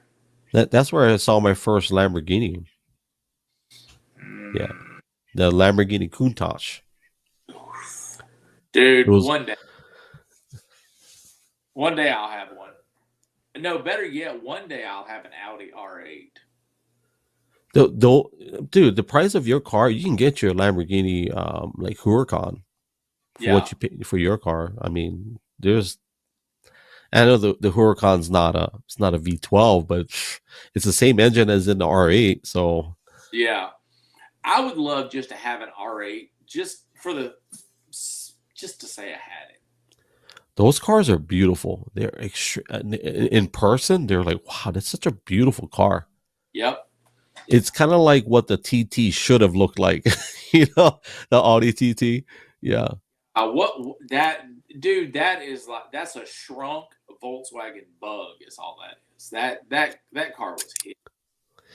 I think the Audi TT is like a Volkswagen Beetle, like put on some makeup, you know, because it's the Fair. same engine, I think, right? The 2 liter, or maybe not same engine, but yeah. It's I don't know about the TT. I never found it attractive at all, and so I never wanted one.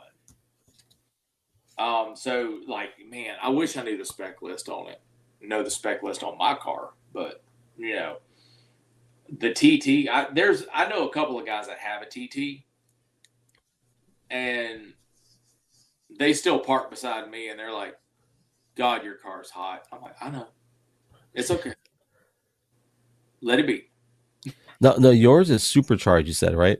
Yeah, That's not common for Audis to be supercharged, is it? Usually it's turbo or twin turbo, right? Typically, I think it's depends on the model that you get. right? Since having mine, I've actually seen a lot, or maybe it's just the fact that I own one. That now every time I'm looking at an Audi, I'm looking for the Quattro emblem, and then I'm looking for the supercharged emblem. And not every Audi that I see, but a lot of them that I see, um, have that supercharged emblem sitting on the front quarter panel. So I don't know. I never associate Audis without Quattro. To me, my growing up, my perception they were known for the Quattro in their races and their rallies. Yeah, Yeah, yeah. the fact you, yeah, They're just fantastic. I mean, I'll say this, and if my buddy ever hears this, my former roommate, diehard BMW driver. And from the day I bought my Audi, his girlfriend and I just give it to him for being a BMW driver. And we're always, well, there's Premier German engineering, and then there's BMW. yeah. So we just give each other grief. It's such a fun ribbing back and forth. So it's just fun. Well, here's a question. We're gonna shift gears real quick, and then we'll probably land the plane soon. But I wrote this down so I wouldn't forget. Advice for anybody that wants to play music. What would you say to them?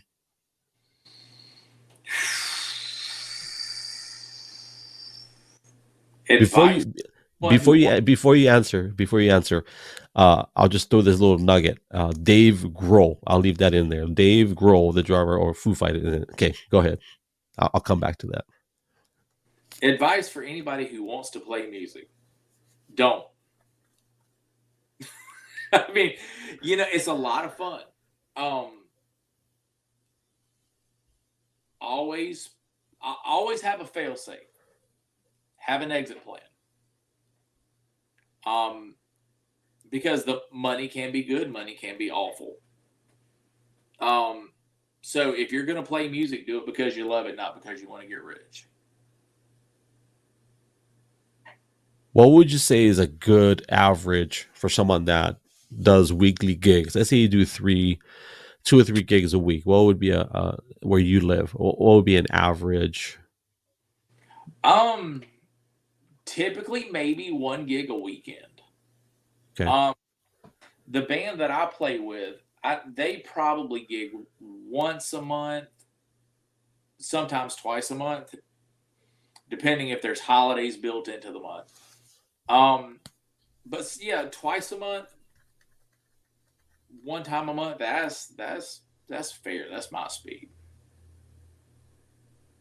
I used to play twice a week at one point, and the gig economy in Honolulu it's obviously steady because of tourism, Right. but it's very competitive too. So one of my buddies, he actually plays bass for my brother's band now. We grew up together, And there was a time when he was I think five. They did 5 shows a week. Like it's every day something new. Wow. And so that was his obviously that was his income. That was his full time. Right. Now the problem with that is that the guy that and it's not a problem, but the guy that got them all those gigs, he had a big company, so he had all the big bands working for him, and he would just basically rotate bands at this particular restaurant or this bar. So every day there'll be a new band, and he was responsible for that. So at the time, my friend was making, I don't know, $3,500 a month playing music, something he loved to do. Mm-hmm. But it got to the point where it was just the same thing every day or every other day. So Right. there was no spontaneity. There was no writing, right? They weren't writing anything new. It was just performing the same songs over and over. So Yeah. yeah, You see, that's going back to the beginning of our conversation. Striper. It's probably the exact same idea. what do you think of his new? Their okay, I would say new material, but what do you think of their second or their last chapter of albums that they've had? Have you heard any of them? I bits and pieces, and that's all I want to hear. They've still got it, but their time has come and gone. And I love all the guys in Striper. But other than reliving fantasies of now adults whose parents probably wouldn't let them go to concerts, they get to continue to live their fantasy. And these people that were restricted from going to the concerts get to live their fantasy. I mean, it's still a win, but I mean, at some point you gotta hang it up.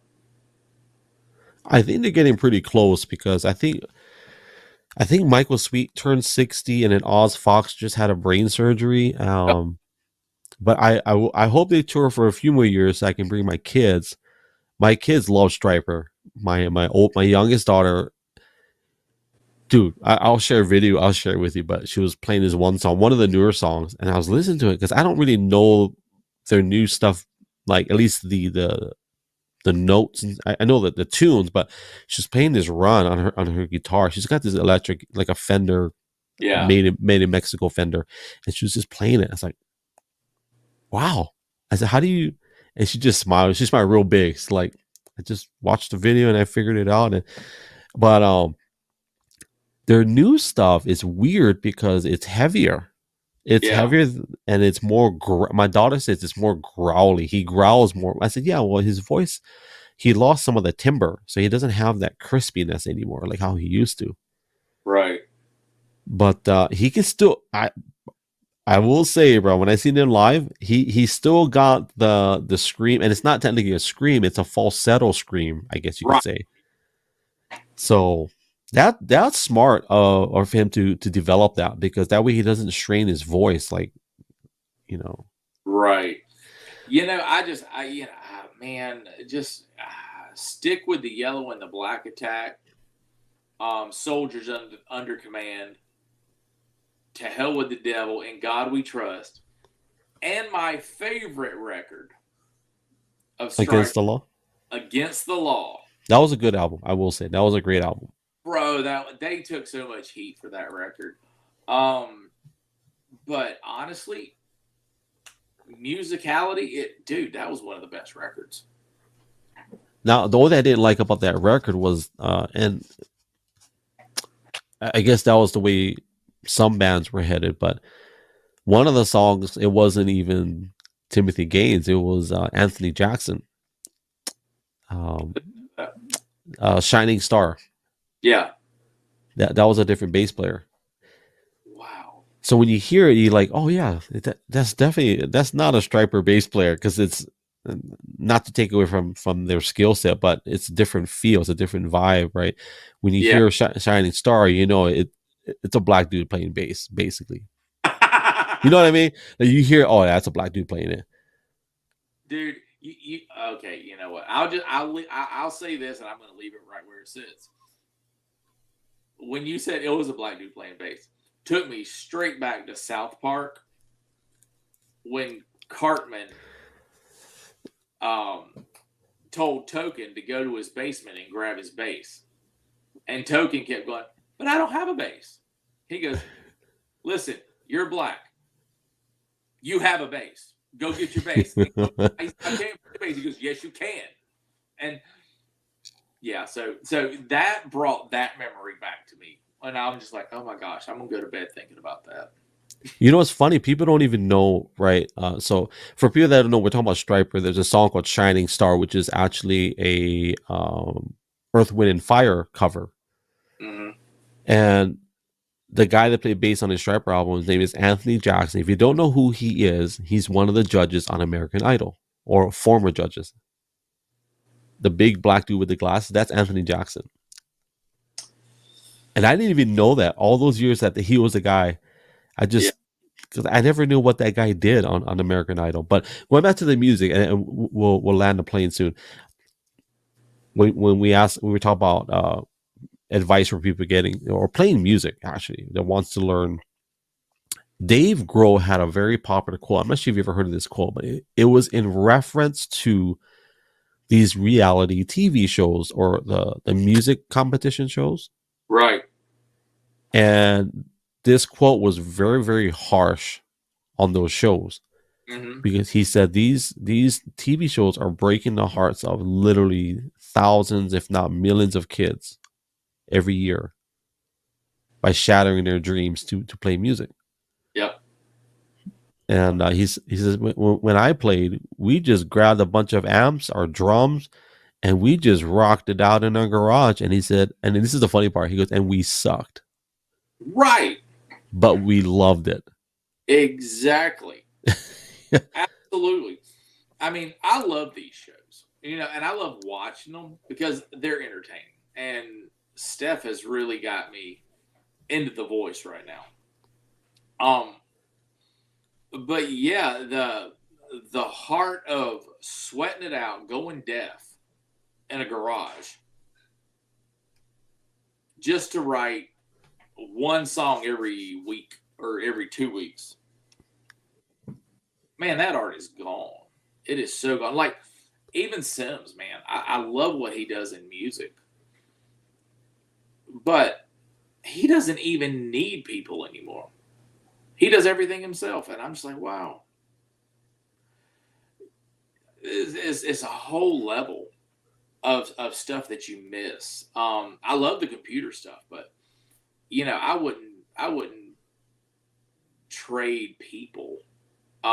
Especially in a band environment, because that becomes your family for a long time. There's something special about playing, or there's actually, let me rephrase that. There's something special about playing in a band and trying to figure out who's messing it up. Right. You know what I mean? There's something special about that. And who do they always blame? They always blame the drummer. Absolutely. Even if it's the wrong note, it's his fault because he's not playing in time. Exactly. I couldn't tell you how many times we sat in our garage and, oh man, we would get our drummer so fired up. And we used to have this one song that was driven like absolutely 99% drums, if there's such a thing. But it was a very tribal almost beat. So he had to hold it. I mean, the song was his. And there was one night he came in and, man, he was so flustered from the jump. And he couldn't get that one song down. And then finally he just stood up, put his sticks down. And he's like, I'm done. And we were like, his fault. Yep. It's great, man. I love that kind of stuff. Like that was the fun, man. Your parents gave you the freedom to rock out in your room, right? Absolutely, yeah. Mine too. So my wife to this day, my wife is like, because when we first met, I think I just had a drum set in my room. So she, to this day, she's like, I've never met somebody whose parents let him have a drum set in his room. Mm. and I would just rock out. I would rock out, like I would tell everybody, "Hey, I'm going to play for about an hour," and there's no sound padding, there's no sound dampening, nothing. I'm just rocking out. I have my headphones on. I'm just like, you know. But even in the South, I had my PV, whatever it was, PV 50, whatever it was, and I had another amp on top. I tried to stack it. We didn't have a lot of money back then, but Right. I'm gonna make it look like a Misa Boogie amp, you know, stack my amps, and I would actually patch. So I would distortion my little PV amp for my guitar, and I would run another cable to my bass amp, so I'd have the bottom end, Yeah. and I would just rock out. And I sounded terrible, but my parents were okay with it, you know, and Yeah. so these That's kids today will never have that, right? I don't think. dude, like right here, right beside me. Like I still have amplifiers, but I run through a processor these days. I can play anything I want, and I have a master volume right here on this processor. It's easy peasy. Play what you want, however you want, get that great tone at a 32nd of the volume. Nobody's going to be deaf anymore. There's no fun in that. Oh, what? But yeah, no, just dude, yeah, that whole era is just gone. I love it. I miss it. I wish I could go back and do it again, but do it right. If we could go back and drop off some of the technology from today and still have that raw experience that we had, I think it would be pretty epic. Bro. And we'd be bajillionaires. We would be bajillionaires. And I got a fun question for you at closing in regards to bajillionaire and guitar. So can we talk about Sims for a second, and we'll close it out? Yeah, absolutely. So for people that don't know, Sims, his son is he's a musical genius. I won't even just say guitar player, because I'm sure there's a lot more to him than that, but like his guitar skills are crazy, right? But Yep. how did you foster that in him? Did he just grab guitars one day when he was like 2 years old and say, I want to touch it? Or like how did that start? Well, it's funny. I mean, I don't want to take all the credit because a lot of that inside of him is just natural. There's no explaining how he took it to where he took it. But Sims was around about the time that I was a worship pastor or a worship leader at this mega church that I was at. And one Sunday, we had sort of snuck him in because it wasn't approved because he wasn't 12 or 13 at the time. But so he wasn't allowed in the big service. So he came in, watched the worship service, and he was like, yeah, I want to do that.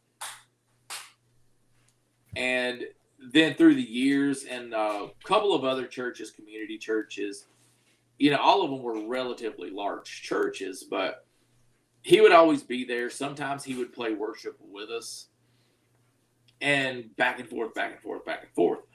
And in all of that, I think the bug bit him.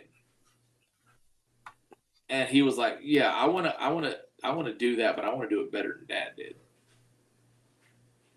So And he did. that's how it should be, right? Our kids should be better than us. Absolutely. And I mean, Yeah. both of mine are 1,000 times better than I am, you know, at everything. But Sims definitely took guitar to another level.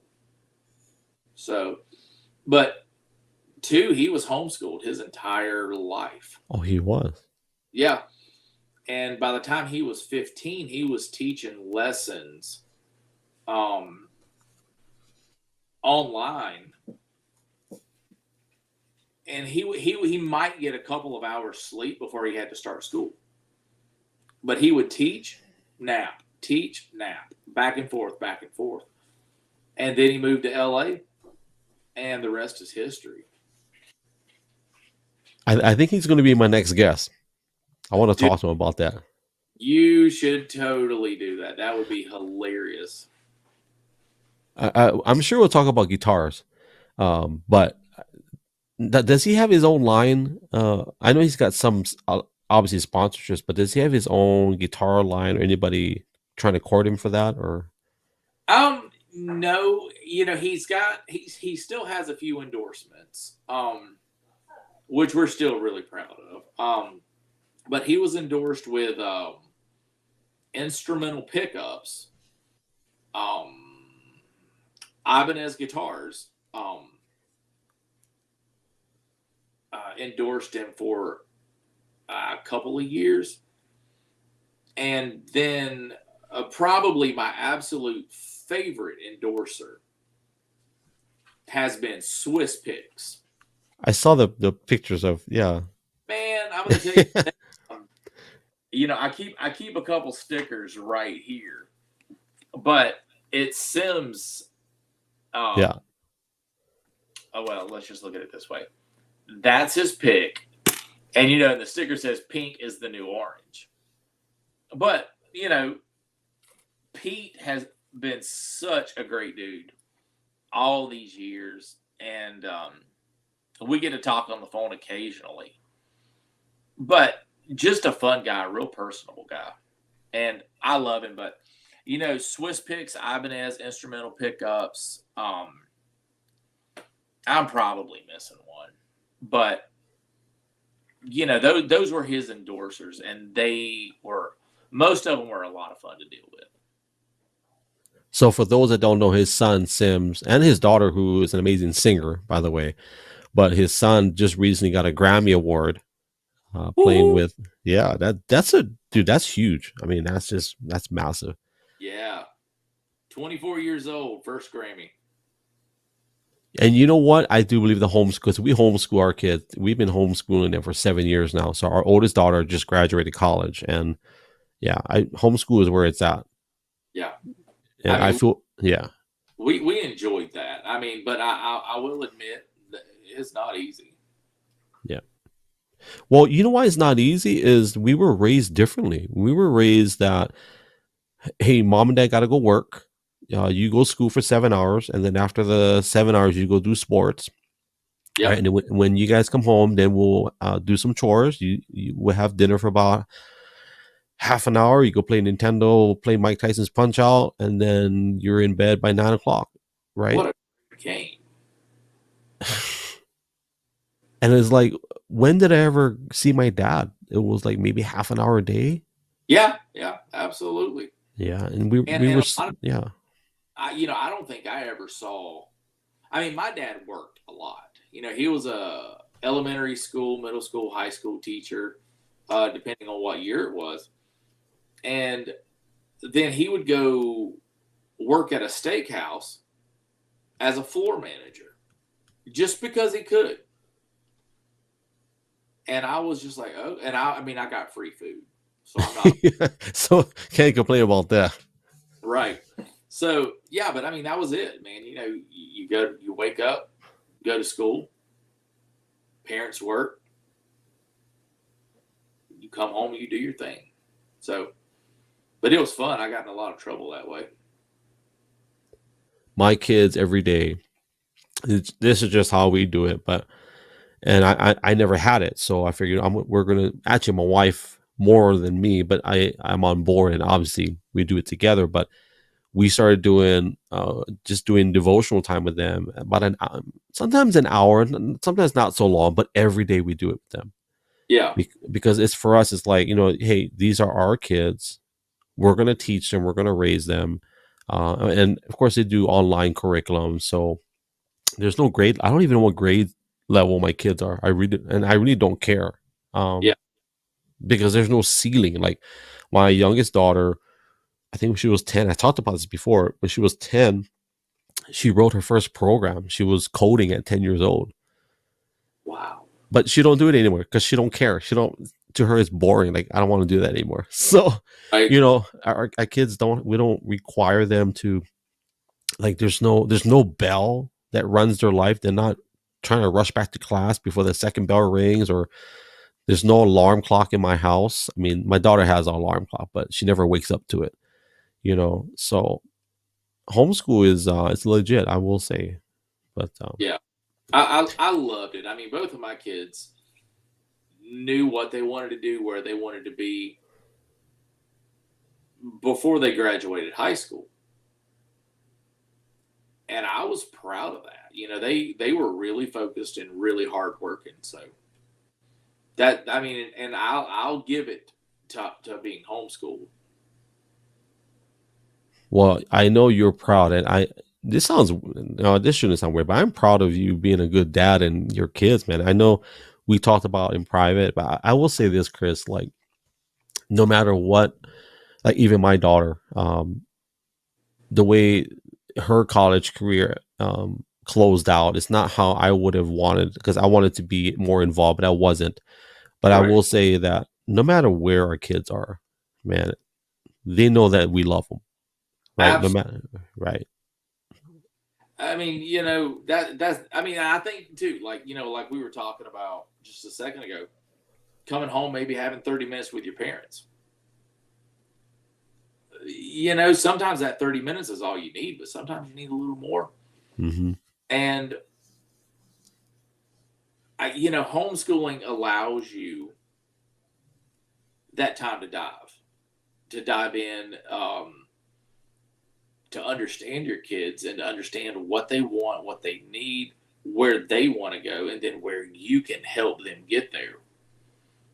So, yeah. I appreciate all that time. And Yeah, even at their age, I mean, they're adults. And those kids still show up at the house. yeah, that's good. I'll cook dinner. And sometimes even Sims will stay 2 or 3 days at a time, go nowhere. And he's just like, I like it here. And I'm like, I know, you should. So, well, he got a taste of the fast life too, right? Being in LA for a little bit. oh, did he ever? Yeah. I heard stories and I was like, son, there are some things Dad doesn't need to know. And he's just like, oh, still going to tell you, Dad. I have a friend. So when we were in Hawaii, there was this kid. So at our church, there was these like housing, right? So this kid came. I think at the time he was 16, and for what, I don't even know why he was out there, but kind of find out he was an American Idol contestant, and he went very high. Yeah. And very famous kid too, and I didn't even know at the time.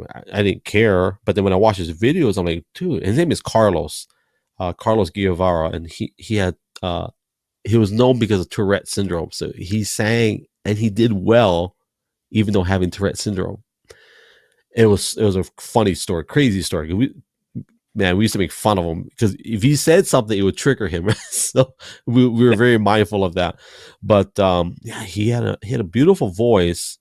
But after he left Hawaii, I remember he called me. He says, "Hey, I'm gonna be back home, back in Hawaii for a few days. Would you mind?" It's basically we connected, and he had won a contract through Sony Columbia Records. I think Sony Columbia or Sony Records. I don't know if it's the same company, but Sony Records. Take that, Columbia Records. So he got a record deal through them, and it sounds glamorous. But he told me that he started in Nashville. Mm-hmm. He got the contract when he was in Nashville, but they told him, okay, we're going to fly you out to LA, and so you'll be staying at our. They had like a complex, right? So they gave him a credit card, and a whole bunch of an amazing package deal. The deal was he had to write music, and he sits in the studio. That was his job. He would just write songs, mm-hmm. But he couldn't go anywhere. He would have to just sit there and write.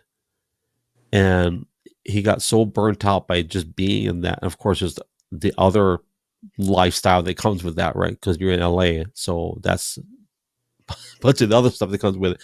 So when he was in Hawaii, all he wanted to do was just sit there and look at the ocean. Yeah, that's it. He didn't want to do nothing else. And so that LA lifestyle, it is a little bit of a faster pace. So It's definitely interesting. The stories I've heard, which if you're going to talk to Sims, I'll let him tell you all the stories. But yeah, the stories I heard were they were interesting. Definitely interesting. well, let's go ahead and land the plane. I know you're a proud dad, and I'm glad that we spent some time. And there's a lot more things we can do. And I will say, if I am out there, I'll take you up on that offer to stay at your place for sure. I've got 4 bedrooms and 3 baths. You will not be a problem, man. I'll house you for weeks.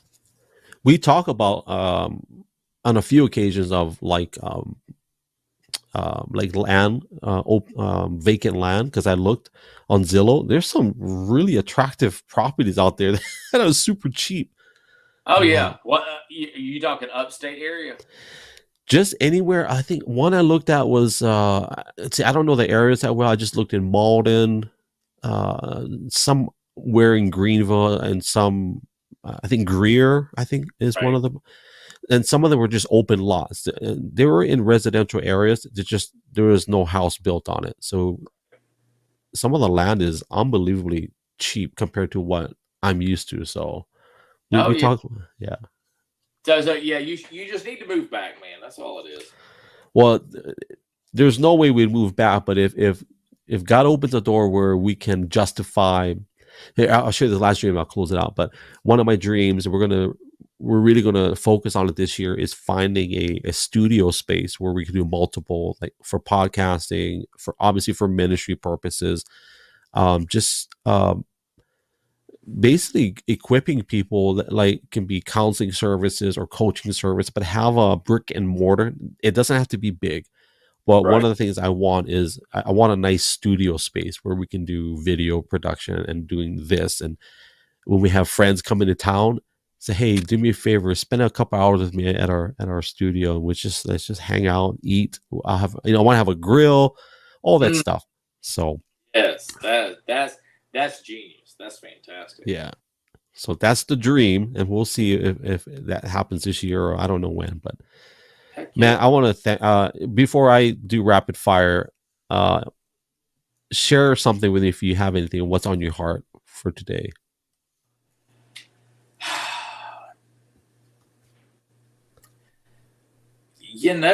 What's on my heart today? Um, Probably, more than anything lately is probably even for the last 2 years, find peace. You know, search yourself, know who you are, and be at peace. Always be at peace. We've got plenty of room for chaos, and we've probably made too much brain space for chaos. Make space for peace, find peace, and live in it. It's good. All right, here we go. Rapid fire for anybody that's watching or listening. Whenever I do rapid fire, we're about to land the plane. 10 questions. They're just some of them are random, some of them are pre-typed or pre-written out, and it's just something to get our listeners and even our guests to. It's really a quick answer, and if it requires a longer explanation, that's fine. If it's something that you can't answer, we just go next question. So here we go. Number one, why did you do this podcast today? Because you're my brother. That's it. I mean, I love you. I love you like a brother. So anything you want to do, I'm with you 100%. Much appreciated. Love you, brother. Number two, what superpower would you choose? There's only 2 choices. First one is the power and ability to fly. That's your first superpower choice that you have. The second choice is, this is a stupid one, but the second choice is to have a guitar solo superpower. Anytime you play the guitar solo, it would create a laser effect where you could shoot people out with lasers. Which superpower would you choose? Is it a terminal shot or is it just a tickle shot? Up to interpretation. Fly. Number 3, Skittles or Sweet Tarts? Skittles. Number 4, A5 Wagyu steak or grade 1 ahi? Ahi. Good choice. That's a tough one because they're both amazing. Number 5, Southern barbecue or Texas barbecue? Texas. Number 6, finance is not an issue, or if it's not even finance, if finances or logistics not being an issue, where do you travel to and stay there for a month? Ireland. Number 7, if you had to do it again, what would you change? Oh, there's so much I would change. If I have to pick one thing I would change,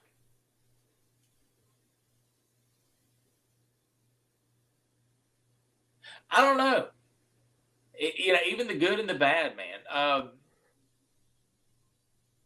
I'm kind of good with everything, but if I had to change one thing, it would probably be oh, I would it would be internal. It would be the way I viewed the world when I was younger. Number 8, who do you love the most?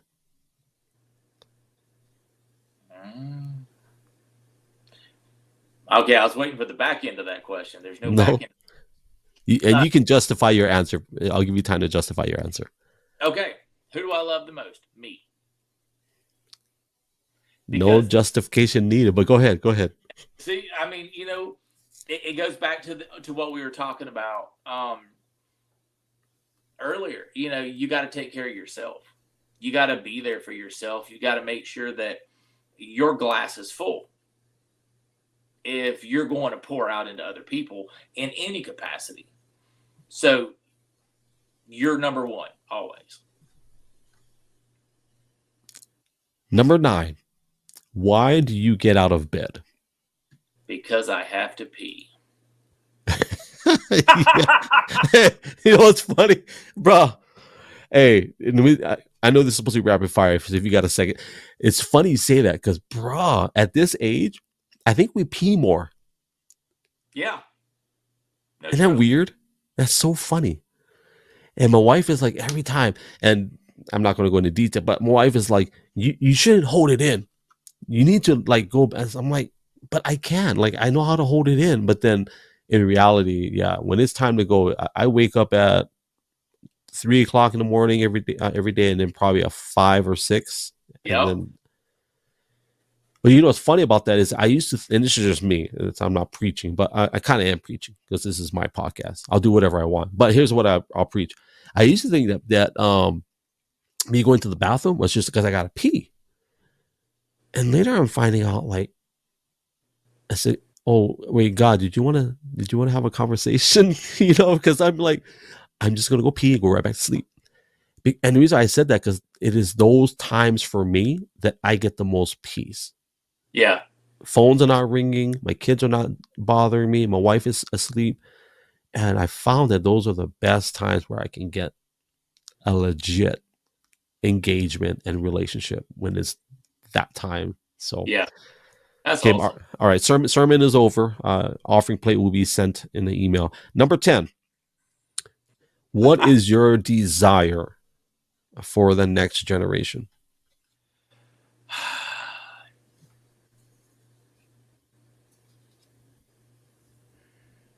That they put their phones down. Yeah.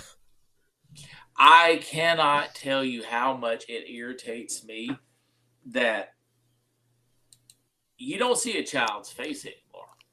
Mm-hmm. You literally see this. And, that is not a green poverty bubble phone. But, it's hard to have an interaction with anybody these days because they've always got their stinking phone in their face. I'd love to see. I don't know. I would just love to see human interaction again without devices, like the necessity, the importance of having that device and being connected all the time. I'm guilty, bro. I have to force myself, and it's a mixed bag for me because a lot of so like for example, income for me requires me to look at my phone. Yeah. So and that's kind of a challenge, but that there should still be boundaries, right? So even me, I'm like, okay, my wife and I were like, okay, when we're doing personal family time, no phones, right? And that's hard too, very hard. Well, that's what Steph and I do at the dinner table. We will leave our phones on the kitchen island. Then we sit down, we eat, we talk, we catch up on what happened during the day. So we're getting into a healthier practice. Yeah. With our phones. But, most of the time these days, unless it's, the kids or Steph or you, J-Mac, or somebody close,